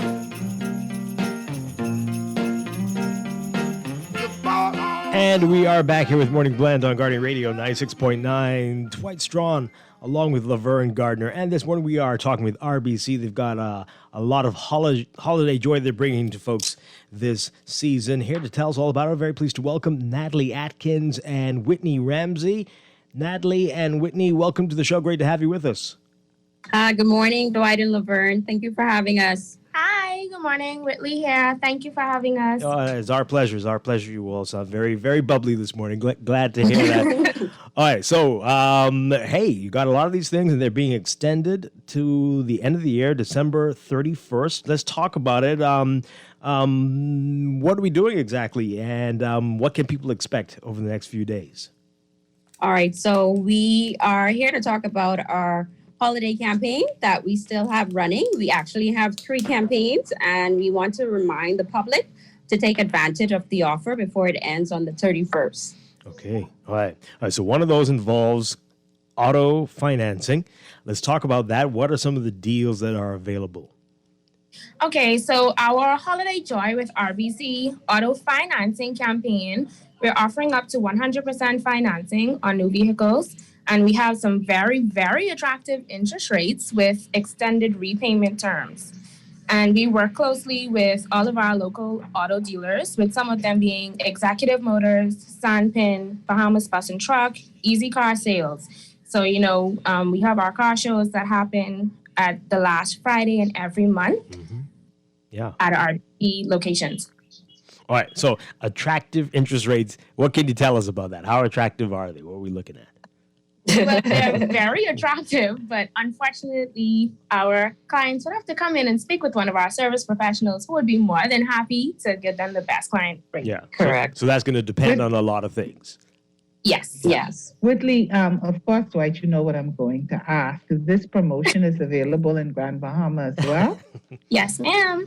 Okay. There you go. So just in case, if you're out there and you're in Grand Bahama and you were listening and you wanted to buy a car for yourself or you wanted to gift a car, got to go down to All of RBC. our Family Island branches where an RBC is located. Wow. So that would Exoma, Abaco, and Eleuthera as well. Okay, wonderful. So we were talking about this yesterday on the show about whether people, we know that happens in the movies and television a lot, where people get cars as gifts for Christmas. But that happens here. That really does. You see that a lot? Yes, that does happen. Yes, it does. And I'm going to say what I said yesterday. I have not been... Dwight, I need to meet these people who do that. Absolutely. I have not been living my life. Connect with people. I need to change my circle. Yes, he does. What? Sorry, say that again, ladies. Dwight, you sound like you're one of those persons that are interested in gifting a car. You should come and see me. Not at all. I want to receive a car as a gift for Christmas, though. And I need to change my life. I need to fix myself up so someone will give me a car. But okay, so that's great. If you are one of those who gives people cars for Christmas, RBC sounds like the place for you to go. All right, and that's going on till December 31st. That's correct. Correct. So you're telling me that after December 31st, I may not get those attractive interest rates? No, we'll accommodate you. Okay. Once you come in and see one of our representatives and you sign the application, even if it's not processed till after the 31st, you'll still be able to take advantage of the campaign. Okay, wonderful stuff. Then there's also the home equity portion of this. Let's talk about that. And some people don't even understand how much equity they have in their home and how they can use it to their advantages. Tell us a little bit more about that and the details of this offer that's going on. Yes, so our Unlock Your Home Potential mortgage campaign, of course, we're looking to help clients unlock their home potential for the holidays by utilizing the equity in the homes. So they can do this by just coming in, seeing one of our representatives. We would assess your appraisal value on your home against your current loan balance. and we'll be able to tell you exactly what it is that you have in equity to use. And you could use this for home improvements, investments, getting ready for back to school for in the new year, and much, much more. Yeah. Okay. So we're getting close to the end of the year. If you wanted to do that, or even for Christmas or for New Year's, and as you said, for back to school, how quickly can you get this turned around where you can unlock that potential as you talked about? Again, it depends on the professional that's assisting you, but the turnaround process is very easy. It's not going to be delayed for any extensive time. Yeah. Okay. Can I have another question with regards to that? If you were to take advantage of that opportunity when it comes to the equity in your home, does that impact the length of your mortgage in any way?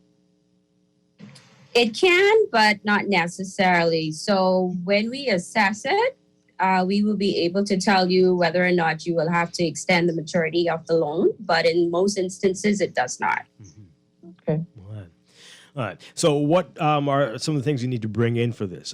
Can you already have it appraised, or do you have a list of people who you approved appraisers? What are some of the other details that people need? We normally have a bank approved listing that you would have to use to get the appraisal done. We able to give that to the clients once they come in and visit the branch. Okay. All right. And getting back to the auto loans, what do people need to bring in for that as well? If they're ready, they've already identified the car, they're ready to go. They just need to talk to the bank. What can help expedite this process? They would just have to bring in whatever documents we require of them in terms of their financial documents, and of course, IDs and the code for the vehicle. Okay. Hey, that sounds good. All right. So the other part of this, the third part, is related to the Visa Platinum card and points. So let's talk about that. Yes, that is correct. We are also giving the gift of 20,000 welcome points this Christmas once you're approved for a Visa Rewards Platinum credit card. And some of the benefits of having this card is having price and purchase protection, as we have our cards now with the chip and pin technology. And clients also get the benefit of redeeming gift cards, My Way Travel, and My Way Shopping or cash back on their credit card. Mm-hmm. All right. So this is only for people who sign up now for this. Yes, that's correct. Between now and December 31st. Correct, yes. Okay. All right. So any special gifts for existing RBC Visa Platinum credit card holders? We always have special gifts for our clients. And if they visit RBC Visa Rewards Platinum.com, they would be able to see all of those wonderful benefits that they would be able to obtain. Okay. All right. So do you have to be an RBC customer, client, to be eligible to get the Platinum credit card? Or can you just... Nope, definitely not. Okay. No, welcome everyone. Okay. So what do you need to do to sign up? You just come in and sit with one of our sales professionals, and we'll provide you with any of the information or documents that need to be brought in so that we can move forward with the process. And what can you do with those welcome points? What are they good for? So you can use them for My Way Travel credit, My Way Shopping or cash back on your credit card, as well as e-gift cards or e-certificates. Okay. And just in time for Christmas. Yes, it is. All right. So let's do a recap, a summary of all the things that are going on. The time is now, as these offers have been extended to December 31st. What people need to know about these three offers that RBC has right now. So with the mortgage campaign, again, our existing clients can come in to utilize the equity in their homes. The campaign also offers switch mortgage solutions, giving persons the opportunity to switch their mortgage facility to RBC for a more affordable option. And with that, you are able to benefit with the incentives for switching, such as full waiver and management fees, cash back and closing costs, attractive interest rates. And we also have step-by-step expert guidance to offer you as well. And with the auto campaign, we're offering up to 100% financing with very attractive lowered interest rates and extended repayment terms. And with the Visa Rewards Platinum credit card, we gift you 20,000 welcome points this Christmas, and you're able to use those points to redeem travel points, shopping, or cash back at your credit card, as well as gift cards or e-certificates. Okay, all right, excellent stuff. Guess what? We got a text here. Someone says, Dwight and Laverne, I was gifted a brand new car for Christmas from my husband. Well, Congratulations. Does your husband have a brother or a sister for Dwight? Right? This is well, good for you. Good for you. That is good stuff. That's good stuff. I'm glad to know that some people live like life like in the movies. That's beautiful. One day. All right. So this is a lot of joy that you all are spreading. Natalie Atkins and Whitney Ramsey. Hello. Thank you so much for talking with us this morning, and thank you to RBC for speaking with us. We appreciate it. And enjoy your holidays. Merry Christmas to you both. Thank you, Dwight and Laverne. One more thing. We just want to remind everyone to download the RBC app, and also to let you guys know that Finco online banking platform is now up and running. So you're now able to view your savings and mortgage statements online, as well as complete transfers. And what do you have to do for that? There's an app for the Finco as well?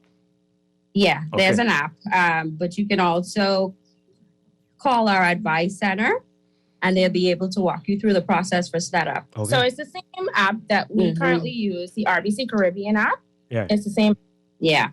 Wonderful. Okay. Thank you so much. Again, Natalie Atkins and Whitney Ramsey with RBC. Appreciate it, and happy holidays to you both.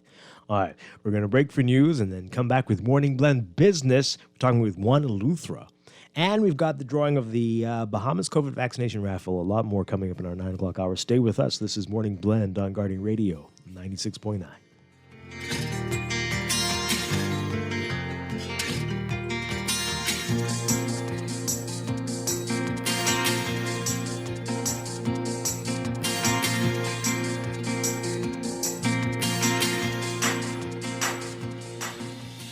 This is Guardian Radio 96.9 FM, Nassau, Bahamas.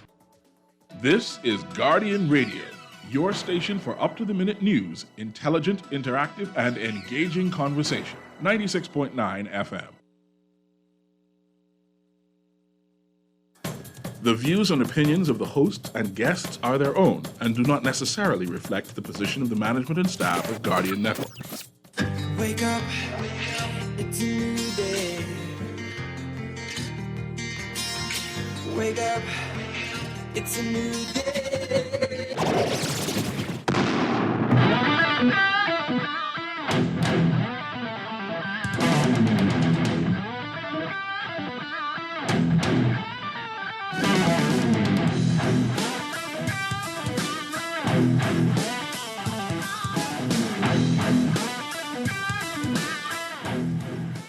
Good morning and welcome to Morning Blend Business on this Thursday, December 16th, 2021. Welcome back to our Morning Blend listeners. Once again, I'm Dwight Strachan along with Laverne Gardner. And this morning we are talking about the Juan Eleuthera Foundation and the work they are doing to find solutions for small island sustainability. And very pleased to welcome a team from Juan Eleuthera. We've got President Lane Glaze. We've got Chief Project Officer Kieran Smith and Chief Communications Officer Yolanda Pawar. Welcome to the show. Great to have you with us. Good morning, Dwight. It's great to Morning. be here. And actually, Lane Glaze is president of OEF US. Okay, all right. Of the Our local USR. president. Okay. Yes, our local president is Sean Ingram. Yes. Familiar with Sean. We've had him on before. Okay. So the U.S. arm. Wonderful. Well, great to have you all with us. Hope Sean is doing well as well. And all right. So let's talk about Juan Eleuthera. For those who aren't familiar, what it is that Juan Eleuthera is all about. And then we will talk about what you all have been up to. But tell us about it and how it got started. Well, thanks, Dwight. Well, Juan Eleuthera is a nonprofit organization. And we operate from Rock Sound in Eleuthera. And what it is basically is our vision is to be able to facilitate Eleuthera in becoming a thriving, inclusive, and an equitable community-driven ecosystem for sustainable development, social empowerment, and economic ownership. So I know that is like a huge mouthful, but what it means is that our goal really is to see Eleutherans thrive and to see Eleuthera thrive, being able to create opportunities for sustainable growth and to make way for projects that make sense for our island. And really, we do that by planning, strengthening, and connecting, planning and innovating for the future, strengthening our people, our communities, our key organizations, and our partners, and of course, connecting communities to knowledge, to resources, and to capital to be able to affect this sustainable development and change, and basically long-term development that benefits our communities and our people. Mm-hmm. All right, how long have you been around now? Well, One Eleuthera was born really from the shared vision. That's like our founding document. And we'll be celebrating 10 years in April of 2022, but the shared vision is actually 11 years old. And what happened there, Dwight, is that we had local actors, residents, locals that live here, and other community actors that came together and decided that they wanted to put together a plan that made sense for Eleuthera. And after getting feedback from the community on all of the different areas that was important to the development of the island, this document was birthed. And it was so extensive and so expansive that we realized an organization would need to be formed to basically fulfill all of the different goals and objectives that were laid out. And some of those points that came up was a need for entrepreneurial opportunities and long-term job creation, incorporating education and job training into all new initiatives, returning the land or to the land, getting back to those sustainable farming practices, reducing our imports, and of course, being able to promote more small-scale, locally owned hotels and businesses, and giving them an opportunity to also own a part of the economy. Yeah, wow, this is wonderful. So everything that we do really is about people. We are community-based, but we're people-focused. Mm-hmm. Yeah. Yolanda, what are some of the initiatives that that your organization helps to support in terms of supporting the environment in Eleuthera? Okay, so I will say just to step back a little bit, everything that we do rotates or gravitates and focuses on 5 areas. And that's the economy, education, environment, health and heritage. And as far as our environment, what we try to do is ensure that whatever we can do to preserve and protect our natural resources, our natural landmarks, our heritage sites, that we engage our community to not only have a voice, but to be able to take action to do that. So we're not an environmental organization, but we're still very mindful that without the protection of the environment, none of what we do would really make sense. Mm-hmm. And what do you see some of the success rates over these 10, 11 years? Things you can point to that show what One Eleuthera has done and the impact you all have had. Okay, well, what we've had, and I'm actually going to defer this to our chief project officer so that he could give you some of the stats and the figures, but we have launched our Learn and Earn program, which has educated Eleutherans in the North and the South, being able to give them technical and vocational training as well as entrepreneur skills. And we've had great success rates, not only with keeping our students engaged, but also seeing them very active in the areas of study that they pursued, some of them even going on to start businesses. We've launched several different capital projects. And like I said, that's more of his area, so I'll defer to him to talk about that. And also our Eleuthera Feeding Initiative, through which we fed over 8,000 individuals across the island during the height of the pandemic. Wonderful. So it is quite a wide variety of projects, but I'll defer to Kiwan and let him just give you a little more information on that as well. All right, Kieran Smith, tell us some more. Sounds good. And I think before I get into it, it's really good to have Lane, who is our OEF US president, because they have supported a lot of the work that we've done over the last few years. And just for him to give you some insights, and then once he gives you an overview of what has taken place over the last few years, I'll be happy to jump in and share a lot more about the projects that we've done over the last few years, as well as some of the extensive work we've done throughout the year. Okay. So I think Lane would be a good segue in, and I'll be happy to share further once he's given his presentation. Okay, Lane Glaze, tell us some more, please. Good morning from the Carolinas, where it's a cool 50 degrees right now. Oh, So my. we were actually in Nassau a couple of weeks ago, and we had a nice, pleasant week of weather there. It was a nice time to visit and make the rounds. but it's definitely a lot cooler here in the Carolinas this morning. Send some of that our way, please. We need a little cool down over here.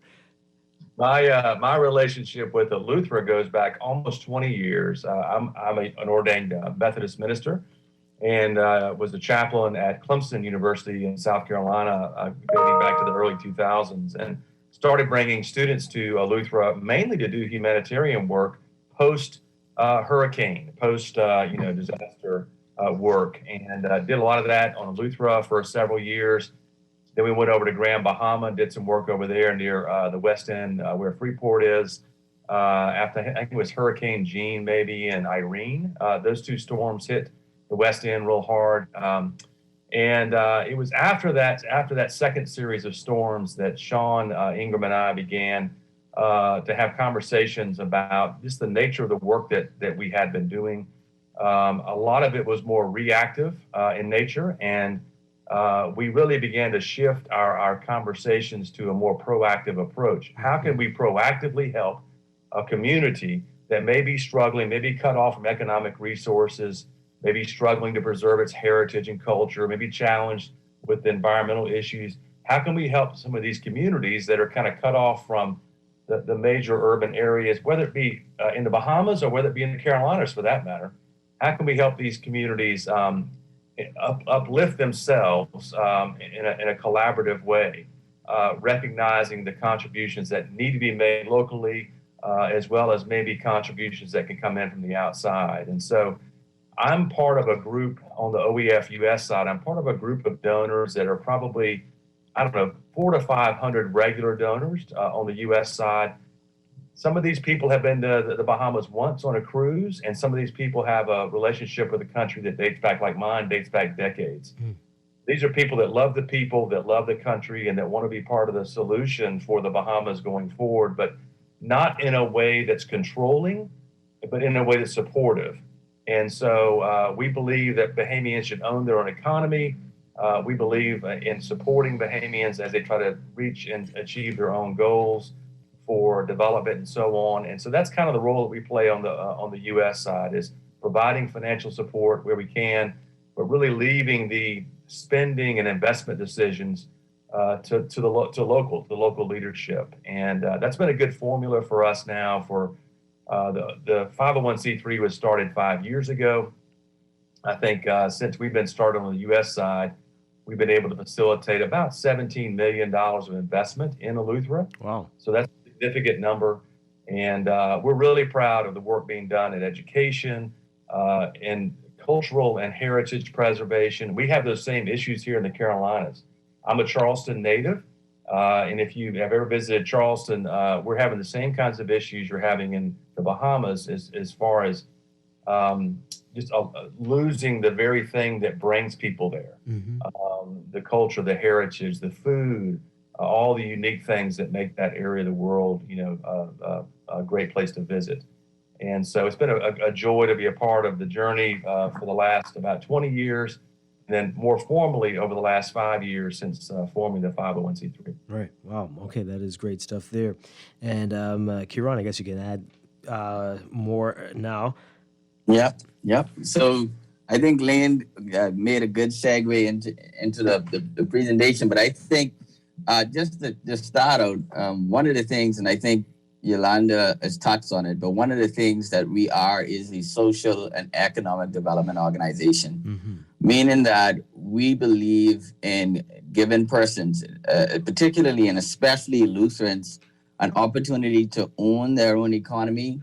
But, we talk about giving persons a fish, or teaching them how to fish. And I like to consider our organization as one that teach people how to fish, rather than just give persons, for example, a handout. And so that's what we've been trying to do as an organization for the last few years we've been in existence. But just to talk a little bit about some of the big projects, I think one of the biggest projects we've launched was our Center for Training and Innovation.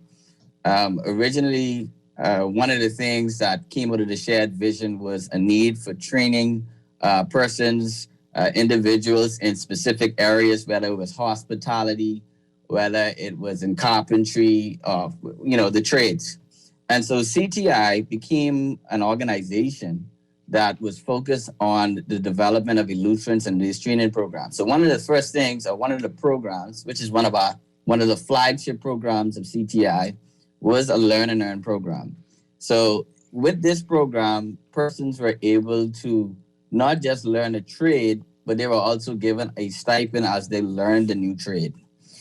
So for example, we would have run 3 cohorts of Learn and Earn over the last year, just as an example. We would have trained about 30 students amongst the pandemic. Of course, we had some challenges with COVID, but we would have trained students in hydroponics. We would have trained students in carpentry. We would have trained students in advanced electrical installation and basic electrical installation. We also had the Harbor Island Trade School that we launched in North Eleuthera. This is supported by a lot of the work of through the donations of our Friends of HITS, which is a community-based group in Harbor Island that has been really focused on supporting persons and getting the training necessary in those respective trades. So in the case of the HITS program, which was launched in 2019, we would have trained up to about 100 students in culinary, we started a new cohort in carpentry this year, but as well as in electrical installation. What you see with our Learn and Earn program as well, and I just want to focus back on that, is what we've done is we've given our campus spans about 50 acres. And what we try to do in these programs is we try to make our campus a practical lab, meaning that persons who are doing our training programs are actually doing work on our facilities, on the property. And so if you look at, and I know we didn't touch this, but the Center for Training of Innovation, it has 3 key areas for training. One is in hospitality. So there is a retreat hotel that exists. There's also a tea room training restaurant, and there's also a farm that we have that persons are being trained in various disciplines within the farming aspects of things. Mm-hmm. So what we do is when you look at the hotel, when you go in the rooms, you see the furniture that is built by our students. When you look at the facilities on the property, a lot of the work being done has been done by the students on the property.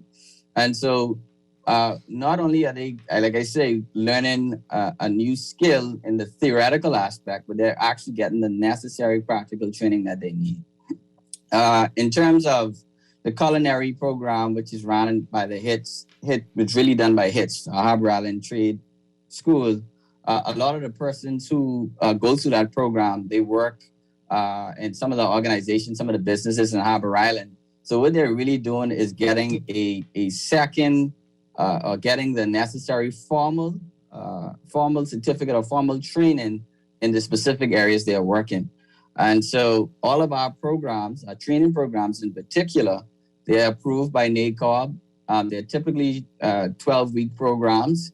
And so that is just some of the work we've done in terms of the education pillar. In the beginning, one of the things we also found was that persons who were coming to do some of the training programs, in some instances, they didn't have identification. Some of them didn't have bank accounts. Some of them didn't have the certain things that would be ideal for you to have in terms of as a citizen of the country. And one of the things that we did starting out was we helped them get IDs. We helped them open up bank accounts as part of the program. And so by the end of the program, we taught a lot of civic skills. In the beginning, a lot of students had to be able to do 10 things. And so one of the things we did as a result of that program is we were able to build a lot of better citizens as a result of that program entirely. Yeah. Now that's just not. Sorry, I also wanted to point out too, Dwight, that this Learn and Earn program, we also pay the students a stipend. Wow. Okay. So exactly like the title says, they're earning while they're learning and being prepared to go into the community with the skills that they need. But we're also helping them in terms of improving their financial standing as they're going through the program. And again, how many students have passed through this so far? Well, in terms of our Learn and Earn and Harbor Island Trade School, over the last 3 years, we have trained about, and collectively about 200 students. Okay. Right. Right. Now, this is great stuff. You mentioned it. You say one of the focuses is social, and another is the economy.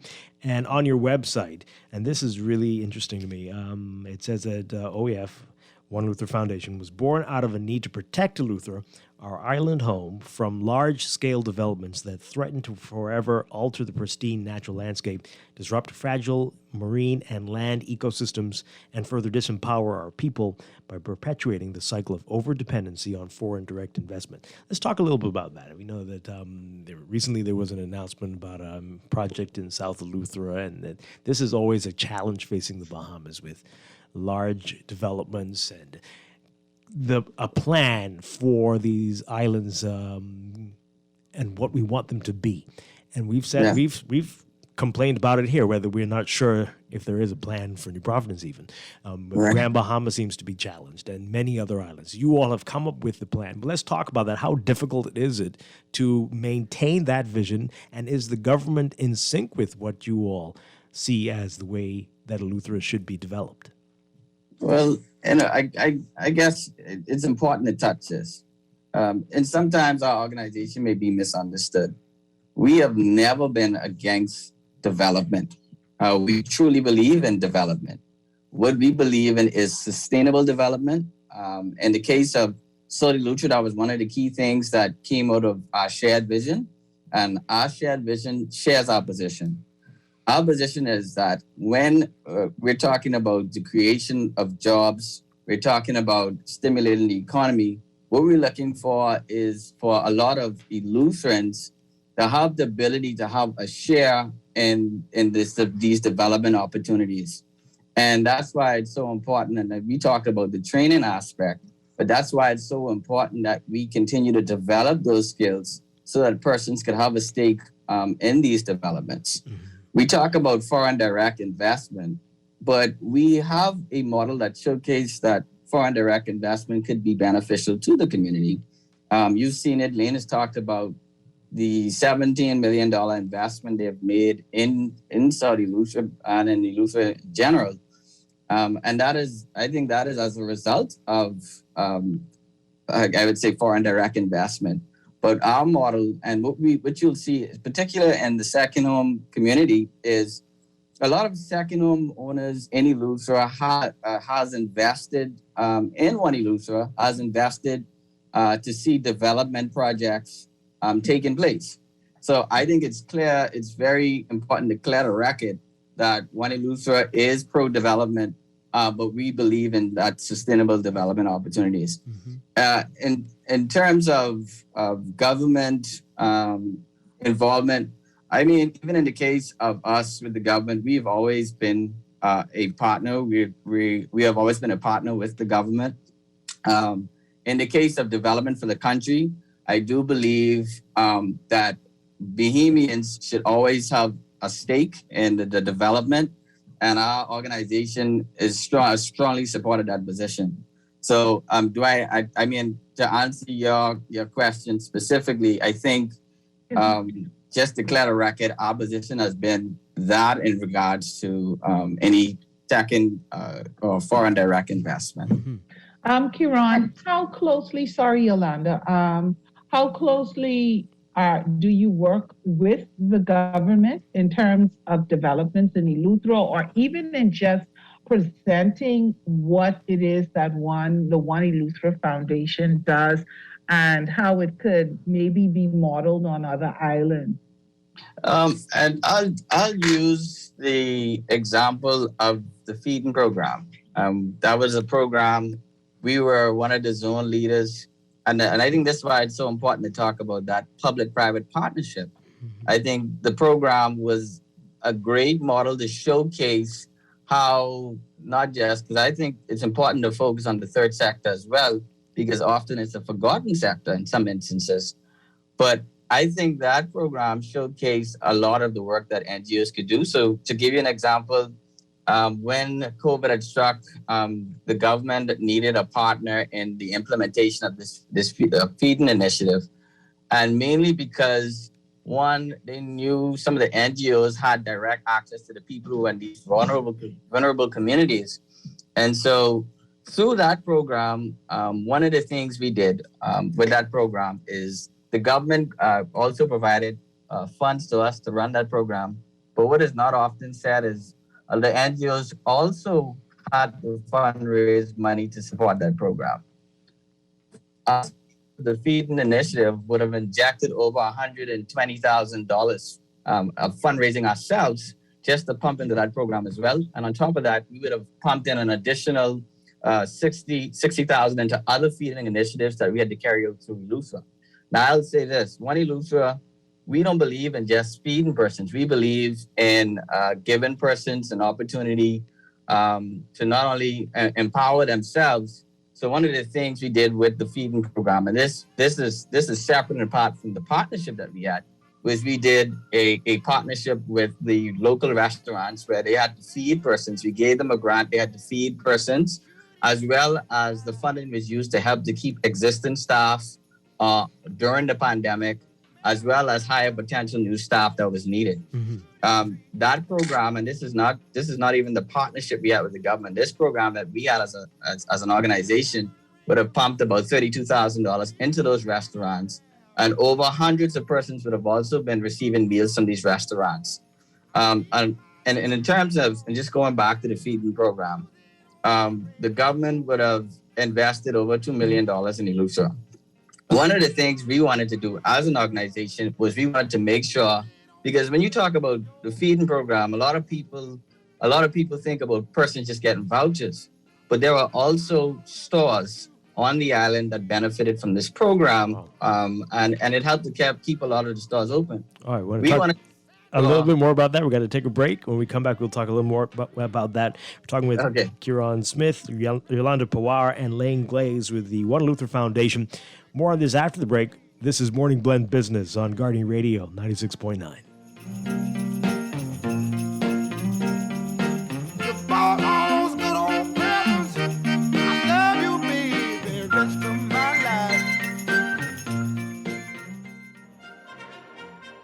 See something?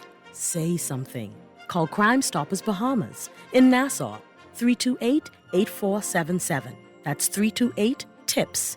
Or from the Family Islands, 242-300-8477. That's 242-300-TIPS. Be safe and happy holidays, Bahamas, from the directors of Crime Stoppers Bahamas.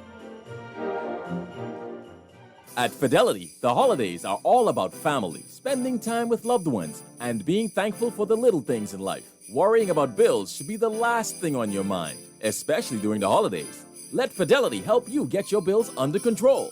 Fidelity can also get you started with a real savings plan that actually pays you interest. The only thing you need to think about is what you will do with the savings in your pocket this Christmas. Now that's what I'm talking about. Fidelity Bank is here for you this holiday season because you are family, and family is important to us. This traffic report is brought to you by Shield Insurance and Prudential Loss Adjusters. And a final look at traffic this morning. We've got a milder turnout for the morning commute. That's evident across the island. Traffic wait on Glasson Road, not as lengthy and as long as it normally would have been, even though there is a traffic line still waiting to get out there onto JFK into that Bahama roundabout. And fortunately, $26 million highway, though it didn't have heavy flow that it usually has, is having some assistance from $26 million West Lane, allowing active and equal use of the roundabout and getting out there. So within minutes, we expect that area to be totally cleared. Traffic leaving Carmichael Road, even on the low side this morning, and getting along Blue Hill Road, just minor sloughs. It's only on top of the hill, really, getting over into the $26 million roundabout below where you got to ride the brakes. Traffic line leaving the Eastern Road has been minimized, still there, but a lot lighter at this hour, and it's still a good ride coming along Bernards Road, into that Wolf Road intersection, coming along Prince Charles Drive, into the Marathon intersection. While Marathon has a flow of traffic headed into Wolf Road, it's not that heavy bumper thing. You're getting through in good time. Same thing is happening on Soldier Road going into that Wolf Road intersection. Wolf Road itself, the traffic's just building over there. there, so it has slowed traffic down a bit, but it's not that hefty wait time as yet. And the ride coming in from out west slowed down somewhat, but not really bumper to bumper or anything like that. In fact, the traffic gets a little slower on West Bay Street only when you get up into the Nassau Street and going into the downtown area. This Nassau traffic report is with Beyond Flag, who got customer appreciation going on with 20 to 50% store-wide. They're located on Wolf Road next door to Columbus Primary School. Call them at 328-8250. That's 328-8250. Beyond Flags on Facebook and Instagram for more details. With your Sky Look at traffic in real time. I'm VANN. Michael was in a horrible car accident. Prudential Loss Adjusters managed his claim and got him the settlement he deserved. Sierra's roof received hurricane damage. Thanks to Prudential, she and her kids are happy with their claim settlement. Tammy fractured her ankle in a slip and fall. Prudential saved her time, money, and peace of mind. Prudential Loss Adjusters are here for you whenever a tragedy strikes. Call 322-4026 now. Protect the things that really matter to you. Shield Insurance is the insurance company that grows with you to meet your insurance needs through this beautiful adventure we call life. From automobile to home to life and health, boat, liability, construction, and business insurance, Shield has affordable policies, flexible options, friendly service, and the expertise to protect your hard-earned assets. Shield Insurance agents and brokers in Nassau, call 356-7202 or Freeport 352-5945. Helping out each other, family and everybody.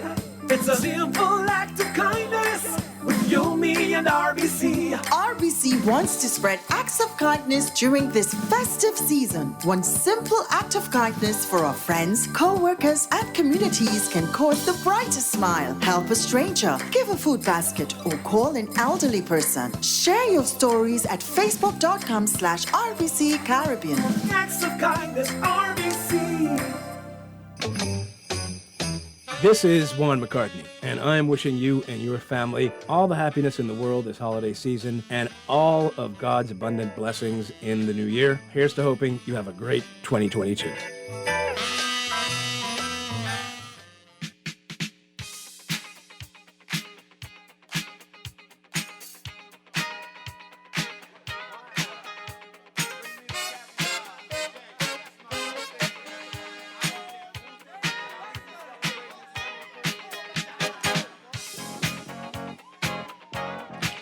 And that music means it's time for the Morning Blend and the Bahamas. Wow, Bahamas COVID vaccination raffle.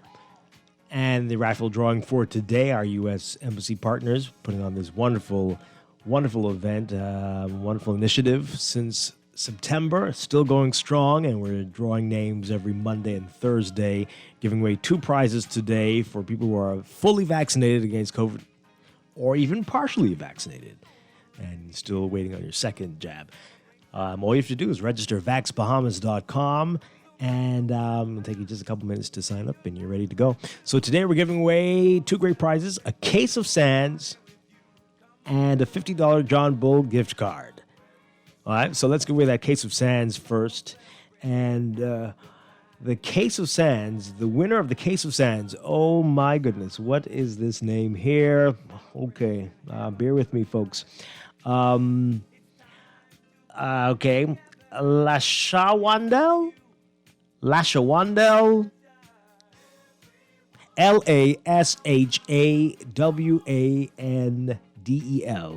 Thurston. Lashawandel Thurston, you've won a case of Sands. I'm sure there's only one of you, so you know who you are, Lashawandel Thurston. Congratulations, you won the case of Sands. Great stuff for you there. Our partners at the U.S. Embassy will get in contact with you to let you know how you can collect your prize. All right, the other prize is the $50 John Bull gift card. The winner of the $50 John Bull gift card, Crystal Tynes. Crystal Tynes, Krystal Tynes. You've won a $50 John Bull gift card. Again, the U.S. Embassy will be in contact with you. Congratulations to both of you. We'll have another drawing of the Bahamas COVID vaccination raffle on Monday.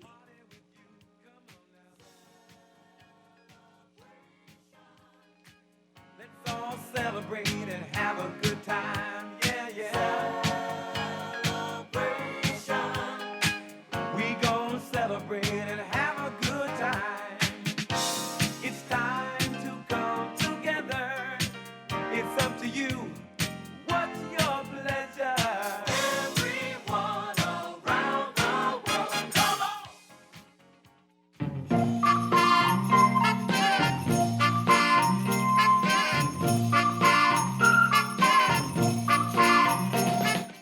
And we are back here with Morning Blend Business on Guardian Radio 96.9. Dwight Strachan along with Laverne Gardner. We are talking with One Luther Foundation. We've got Lane Glaze. He's the president of One Luther Foundation's U.S. arm. We've got Huron Smith, the chief project officer. And we've got Yolanda Poar, who's the chief communication officer. All right, Huron, before the break, you were telling us a little bit more about the feeding program and how that works and worked. Give us some more details. And during that process of the feeding program, as a zone leader, we would have fed during the peak period of that program over 8,000 persons per week. And in some instances, and for the most part, we would have fed persons from North Eleuthera straight up to Bonneman Town and South Eleuthera. And so we would have distributed over some $39,000 in food vouchers for persons who were on that program during that period. That is something or an example of a public-private partnership between us and the government. And it showcased that we were able to utilize resources. We were able to have over 30 stores across the island involved in the program. And we were able to support some of the persons who were in need of these food vouchers. And we were also able to help some of those stores keep their doors open. Yeah. Sorry, Dwight, I wanted to chime in there and just also say that's such a good example of what we mean when we say we're creating an ecosystem. Right. So even when we have objectives, we needed to feed people. But the thought behind it was, while we're feeding people, how can we ensure that these small and medium enterprises stay open and keep the doors open during a period when no one's shopping? Mm-hmm. And so we always try to think in terms of what is the best outcome for the community at large, and how can we use the resources that we have to be able to strategically align partnerships, connections, opportunities, and projects to benefit the most people. Yeah. And that's kind of like the theory behind what we do and how we do it. We're always thinking that way of how we can maximize these opportunities and continue the sustainable development while protecting those that are vulnerable on the island.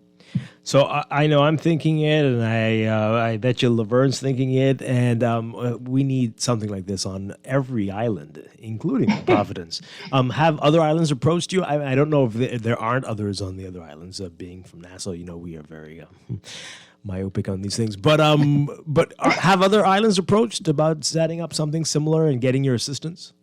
Yeah, to be honest, I think we're always being constantly approached with different ideas, different projects, programs. But yes, I do remember one island reaching out just to get some information on our model and getting it to work. In many instances, a lot of people think of it as a cookie cutter model, which in many instances it's not. Every island is unique in its own way. And so in some instances, what works for Eleuthera may not work for a particular island, but we are able to help give them guidance and an understanding of some of the things we've done to make some things happen. Mm-hmm. And so I think it's also important to note that while we hope that this model can be implemented in other islands, but we also emphasize that it's not just a cookie cutter model, but that it's a model that has to be shaped according to the needs of that particular island. Yeah. Well, now regular listeners to this show know that I talk about local government all the time, local city government and island governance, and that we could really use a federal system with governors for each island or groupings of islands, and then breaking that down into cities or smaller groups. But what is One Luthera's view on strong local government, not what we see right now on the Family Islands, but empowered local government where the island can make decisions on the direction it wants to go in terms of the economy and the environment and social aspects. Where do you stand on this? And is this what you basically are? What's your view on that? Dwight, I think you touched one of my passions. Local government, actually I've done a lot of research in local governance. That's what I did in my master's program. Oh, wow. But in terms of the organization, I would say this. We do believe in strong local governance. We do believe that that the local leadership, or if things are going to happen on the island, you need a strong local government presence. And so, to be fair and to be honest, we have partnered with local government. We have had some initiatives with them, but in terms as an organization, I do think there's a lot more that we can do in terms of talking about local governance and looking at ways that we can strengthen the model. But for the most part, I think the position has always been that there is a need for stronger local governance, and that there must be, and we believe that there must be as the words of our CEO, we must be able to shake up the model to make the change necessary. Mm-hmm. Yeah. A little bit of that to Dwight, coming from the U.S. perspective. One of the things I've always loved about Eleuthera in particular is there's a strong sense of entrepreneurship in Eleuthera and amongst Eleutherians. And I don't think your typical Eleutherian is waiting for someone in Nassau to come fix their problems, just like you're not waiting for somebody to come from the States to fix their problems. Right. And I think that's been one of the keys, I think, for Eleuthera over the years. I mean, we're not coming in as the general partner. We're coming in as a partner to this conversation that folks on the island, whether they're in local government or whether they're running businesses, heads of churches or whatever, it's a conversation that's at work that we're plugging into. And I think that's a key element as well. And that, again, I think the lessons that we're learning on Eleuthera are certainly applicable to other islands in the Bahamas, but they're applicable to the region in general. One of my board members on the U.S. side has done a lot of work looking at community development organizations throughout the Caribbean. And she has told us that we're probably one of the largest domestically run community development organizations in the Caribbean, meaning that we all know the big NGOs that are international in nature that are doing great work, like Habitat for Humanity or Doctors Without Borders, Red Cross, and so on. But to know that the kinds of things we're trying to do on Eleuthera, that there's just not many people out there trying to do those kinds of things when it's locally led and locally run versus being run by someone from Washington, D.C. or New York or London, for example. Right. And it seems like it's going to take a while for so many people to get that there's something perverse about that, almost, at least to me, that somebody from so far away would be making all of your decisions. And but hey, that's just me. All right, so it's been 10 years almost. What's next for One Eleuthera? What do you have on the drawing board right now, and what are we looking at 5-10 years and beyond from this point? Ron, you want to speak about our 5-year strategic plan, I think? That would be a good segue in here. One of the things we have done over the last year is we have implemented a 5-year strategic plan, which focuses on, of course, our 5 key areas of focus in terms of education, economy, also health, heritage. But what in our strategic plan, there's key areas of focus. One is we want to be able to showcase a strong model. So we're continually focused on strengthening our governance, strengthening our programs. One of the things we also focus on in terms of education is we want to be able to offer more programs in terms of the trades in specific areas of culinary and carpentry. The next area, one of the things that we want to do is really critical. And I will say this, our strategic plan is heavily focused on aspects of health and aspects of the economy. So we're supporting a number of core partner organizations, such as Sodi Lutra Emergency Partners. So it's actually a medical transport service on the island. We are continuing to support them. For example, we'd have donated a number of ambulances. We'd have brought 2 ambulances to them over the last year. In the case of North Eleuthera, they would not have had an ambulance for a while. Persons were being towed on the back of a truck. And so one of the things he did was he got them an ambulance in North Eleuthera. So we're continuing to support and providing access or expanding access to medical transport services. We're also looking at food security, which is one of the big things that, one of the big investments we've made over the last year through some of our donors. So we are getting big into this aspect of healthy eating, allowing persons to develop, or we want to implement this farm-to-table concept at One Eleuthera, at CTI, where persons will be able to get the grains, or pretty much get grains off of the farm, carry them to our training restaurant, learn how to prepare these meals, and integrate that concept throughout our campus. So some of the other key focus areas, so we're providing grants. We're providing grant support to or persons who wanted to start up their businesses, other social enterprises. We're focused on strengthening a lot of the social enterprises that exist, like our farm, like our hotel, like our tea room, training restaurant. These are some of the key areas within the economy. In terms of heritage, we do have a partner known as the Eleuthera Arts and Cultural Center. We're helping them get set up with an executive director, helping them to strengthen their board. Because one of the programs we have is a social enterprise accelerator program, which is providing support to a number of these partners. Also, we're also providing support to the credit union, which we would have helped to start sometime in 2016 and 2017, sorry. And so we're providing support to the credit union. We're helping strengthen their board. We're helping to provide some injections into the credit union as well. So these are just some examples of some of the things that we're working on. Wonderful stuff. Oh, just a little bit more about the ambulance and how it's done, because we know so many islands don't have it, and how that was, or fire trucks, how you did that. Give us a little more insight into that really quickly. Just to give you a background, one of the things about One Eleuthera, prior to One Eleuthera, there were a number of organizations that existed to help form One Eleuthera. One of them was SEEP. A lot of the members of One Eleuthera, a lot of the persons that worked for One Eleuthera was also involved in a lot of these organizations. So one of the things that was done, this was actually done with our CEO, Sean, we would have developed or built a fire EOC that allow us to provide medical services, whether it's through, you needed an ambulance, you needed fire truck services, and all of it is run by volunteers. Mm-hmm. So currently, we support them out to OEF US.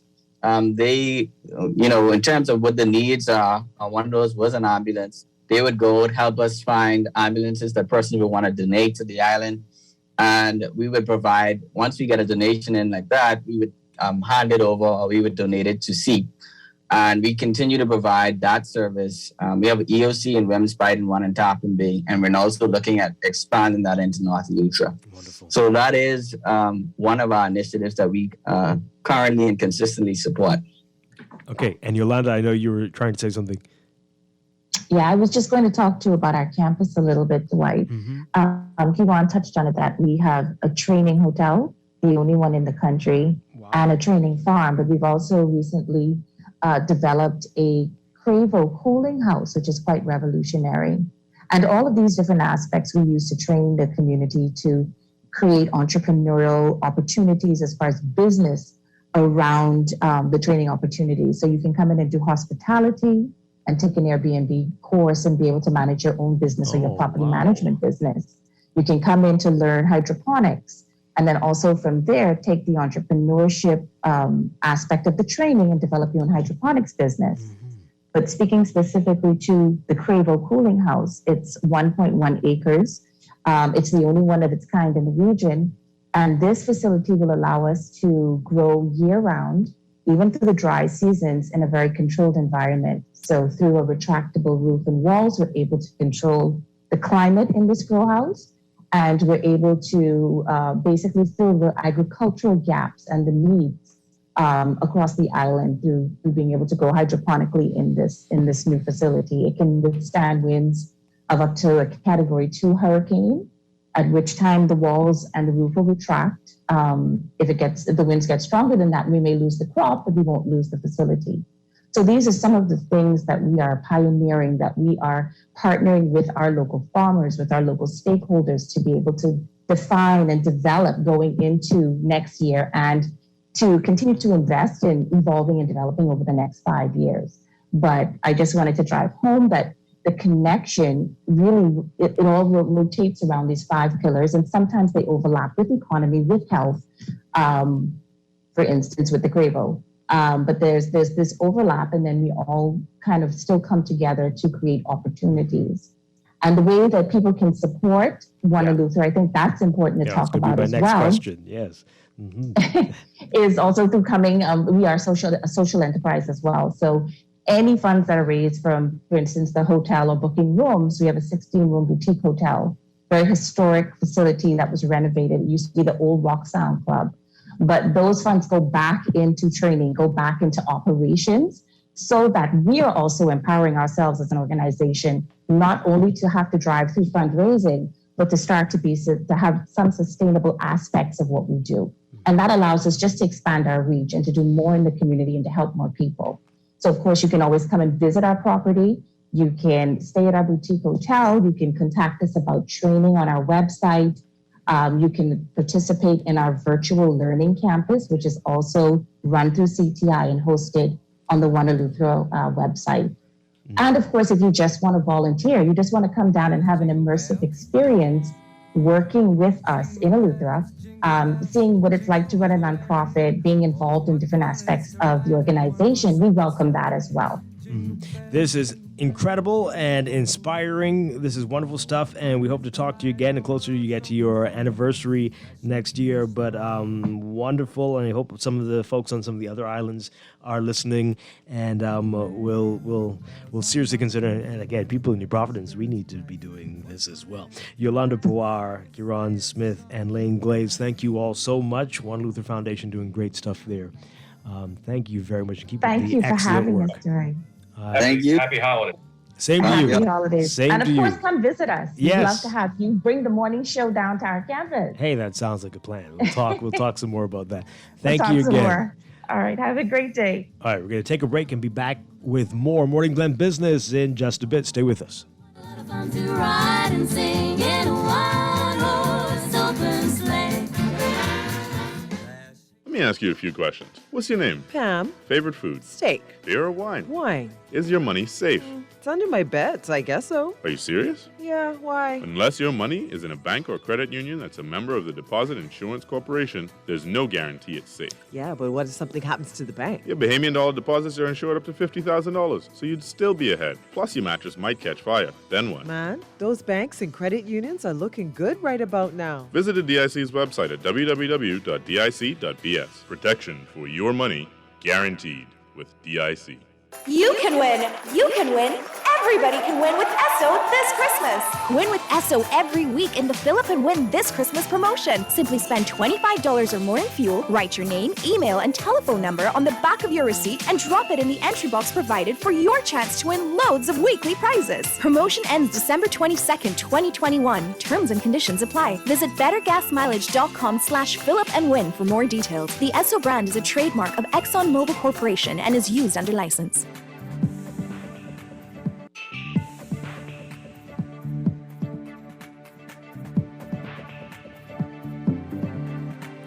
It is time for your morning business report brought to you by CFAL, the Digital Transformation Unit, the DTU, revealing this week that the My Gateway platform, developed by a Bahamian software development team, has processed $19 million in duty exemptions and has a user base of 54,000 people in 25 countries just 1 year after launching.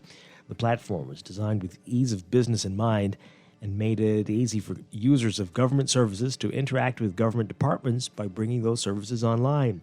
The DTU is a unit of the Department of Digitization and Transformation in the Ministry of Economic Affairs and is part of a 5-year, multi-million-dollar digital transformation initiative. You can read more about it in today's Guardian Business section. WMS Holdings Limited, a Bahamian consulting company specializing in energy-saving solutions and cutting-edge smart technologies, contending that if the government were to move forward with rate reduction bonds as envisioned by BPL and their previous board of directors, the costs leveled on Bahamians as a result of the price of the bond will usher people off the grid and cause more homes to fall into arrears as rates increase. The company issuing a critique of the bond, WMS is concerned that the government's review of the bond through accounting firm Deloitte could signal that the bond offer is on the table for funding BPL's legacy debt and infrastructure upgrades. While Minister of Economic Affairs Michael Halkitis proclaimed recently that the bond is dead in the water, WMS is of the opinion that it is still under consideration. The company has been vehemently against the unnecessary, called 25-year tax commitment to the bond would mean for Bahamians, especially given the country's rising national debt and a looming increase in BPL rates. Although room revenue appears to be lagging behind room nights sold, Family Island hotel properties are being urged not to be tempted to cut their rates. Bahama Out Island Promotion Board Executive Director Kerry Fountain said while room nights sold for the first 10 months of the year were 66% compared to the same rate for 2019, room revenue was at 63% for the same period in comparison for the historic 2019 period. And the Bahamas has been named Caribbean Destination of the Year by one of the world's largest digital magazines focused entirely on the Caribbean. Caribbean Journal bestowed the title to the Bahamas in its eighth annual Caribbean Travel Awards for 2022. The magazine saying, quote, "The Bahamas is hot, blessed with as layered and nuanced a tourism industry as there is in the Caribbean. From the impressive large resorts of Nassau to rugged out-island outposts, the country has skillfully navigated the seemingly endless speed bumps and challenges of the pandemic, turning its challenges into world-class tourism performance, a trend that, by all accounts, seems poised only to strengthen in the year ahead, with a dynamic new energy." The Bahamas also nabbed the title of having the Adventure Hotel of the Year, Small Hope Bay Lodge in Andros. More on that in today's Guardian Business section as well. In your Market Watch, recapping trading on the BISX. From Wednesday, your market movers, Bahamas Waste moving 1,000 shares, closing unchanged at 925. Focol moving 5,000, up 35 cents to 386. Consolidated Water up 2 cents, closing at 212. Emira Incorporated up 17 cents, closing at 1180. The BISX All Share Index closing at 2,200.72, up 15.72. That's your Market Watch. And that is your morning business report brought to you by CFAL, growing wealth for future generations.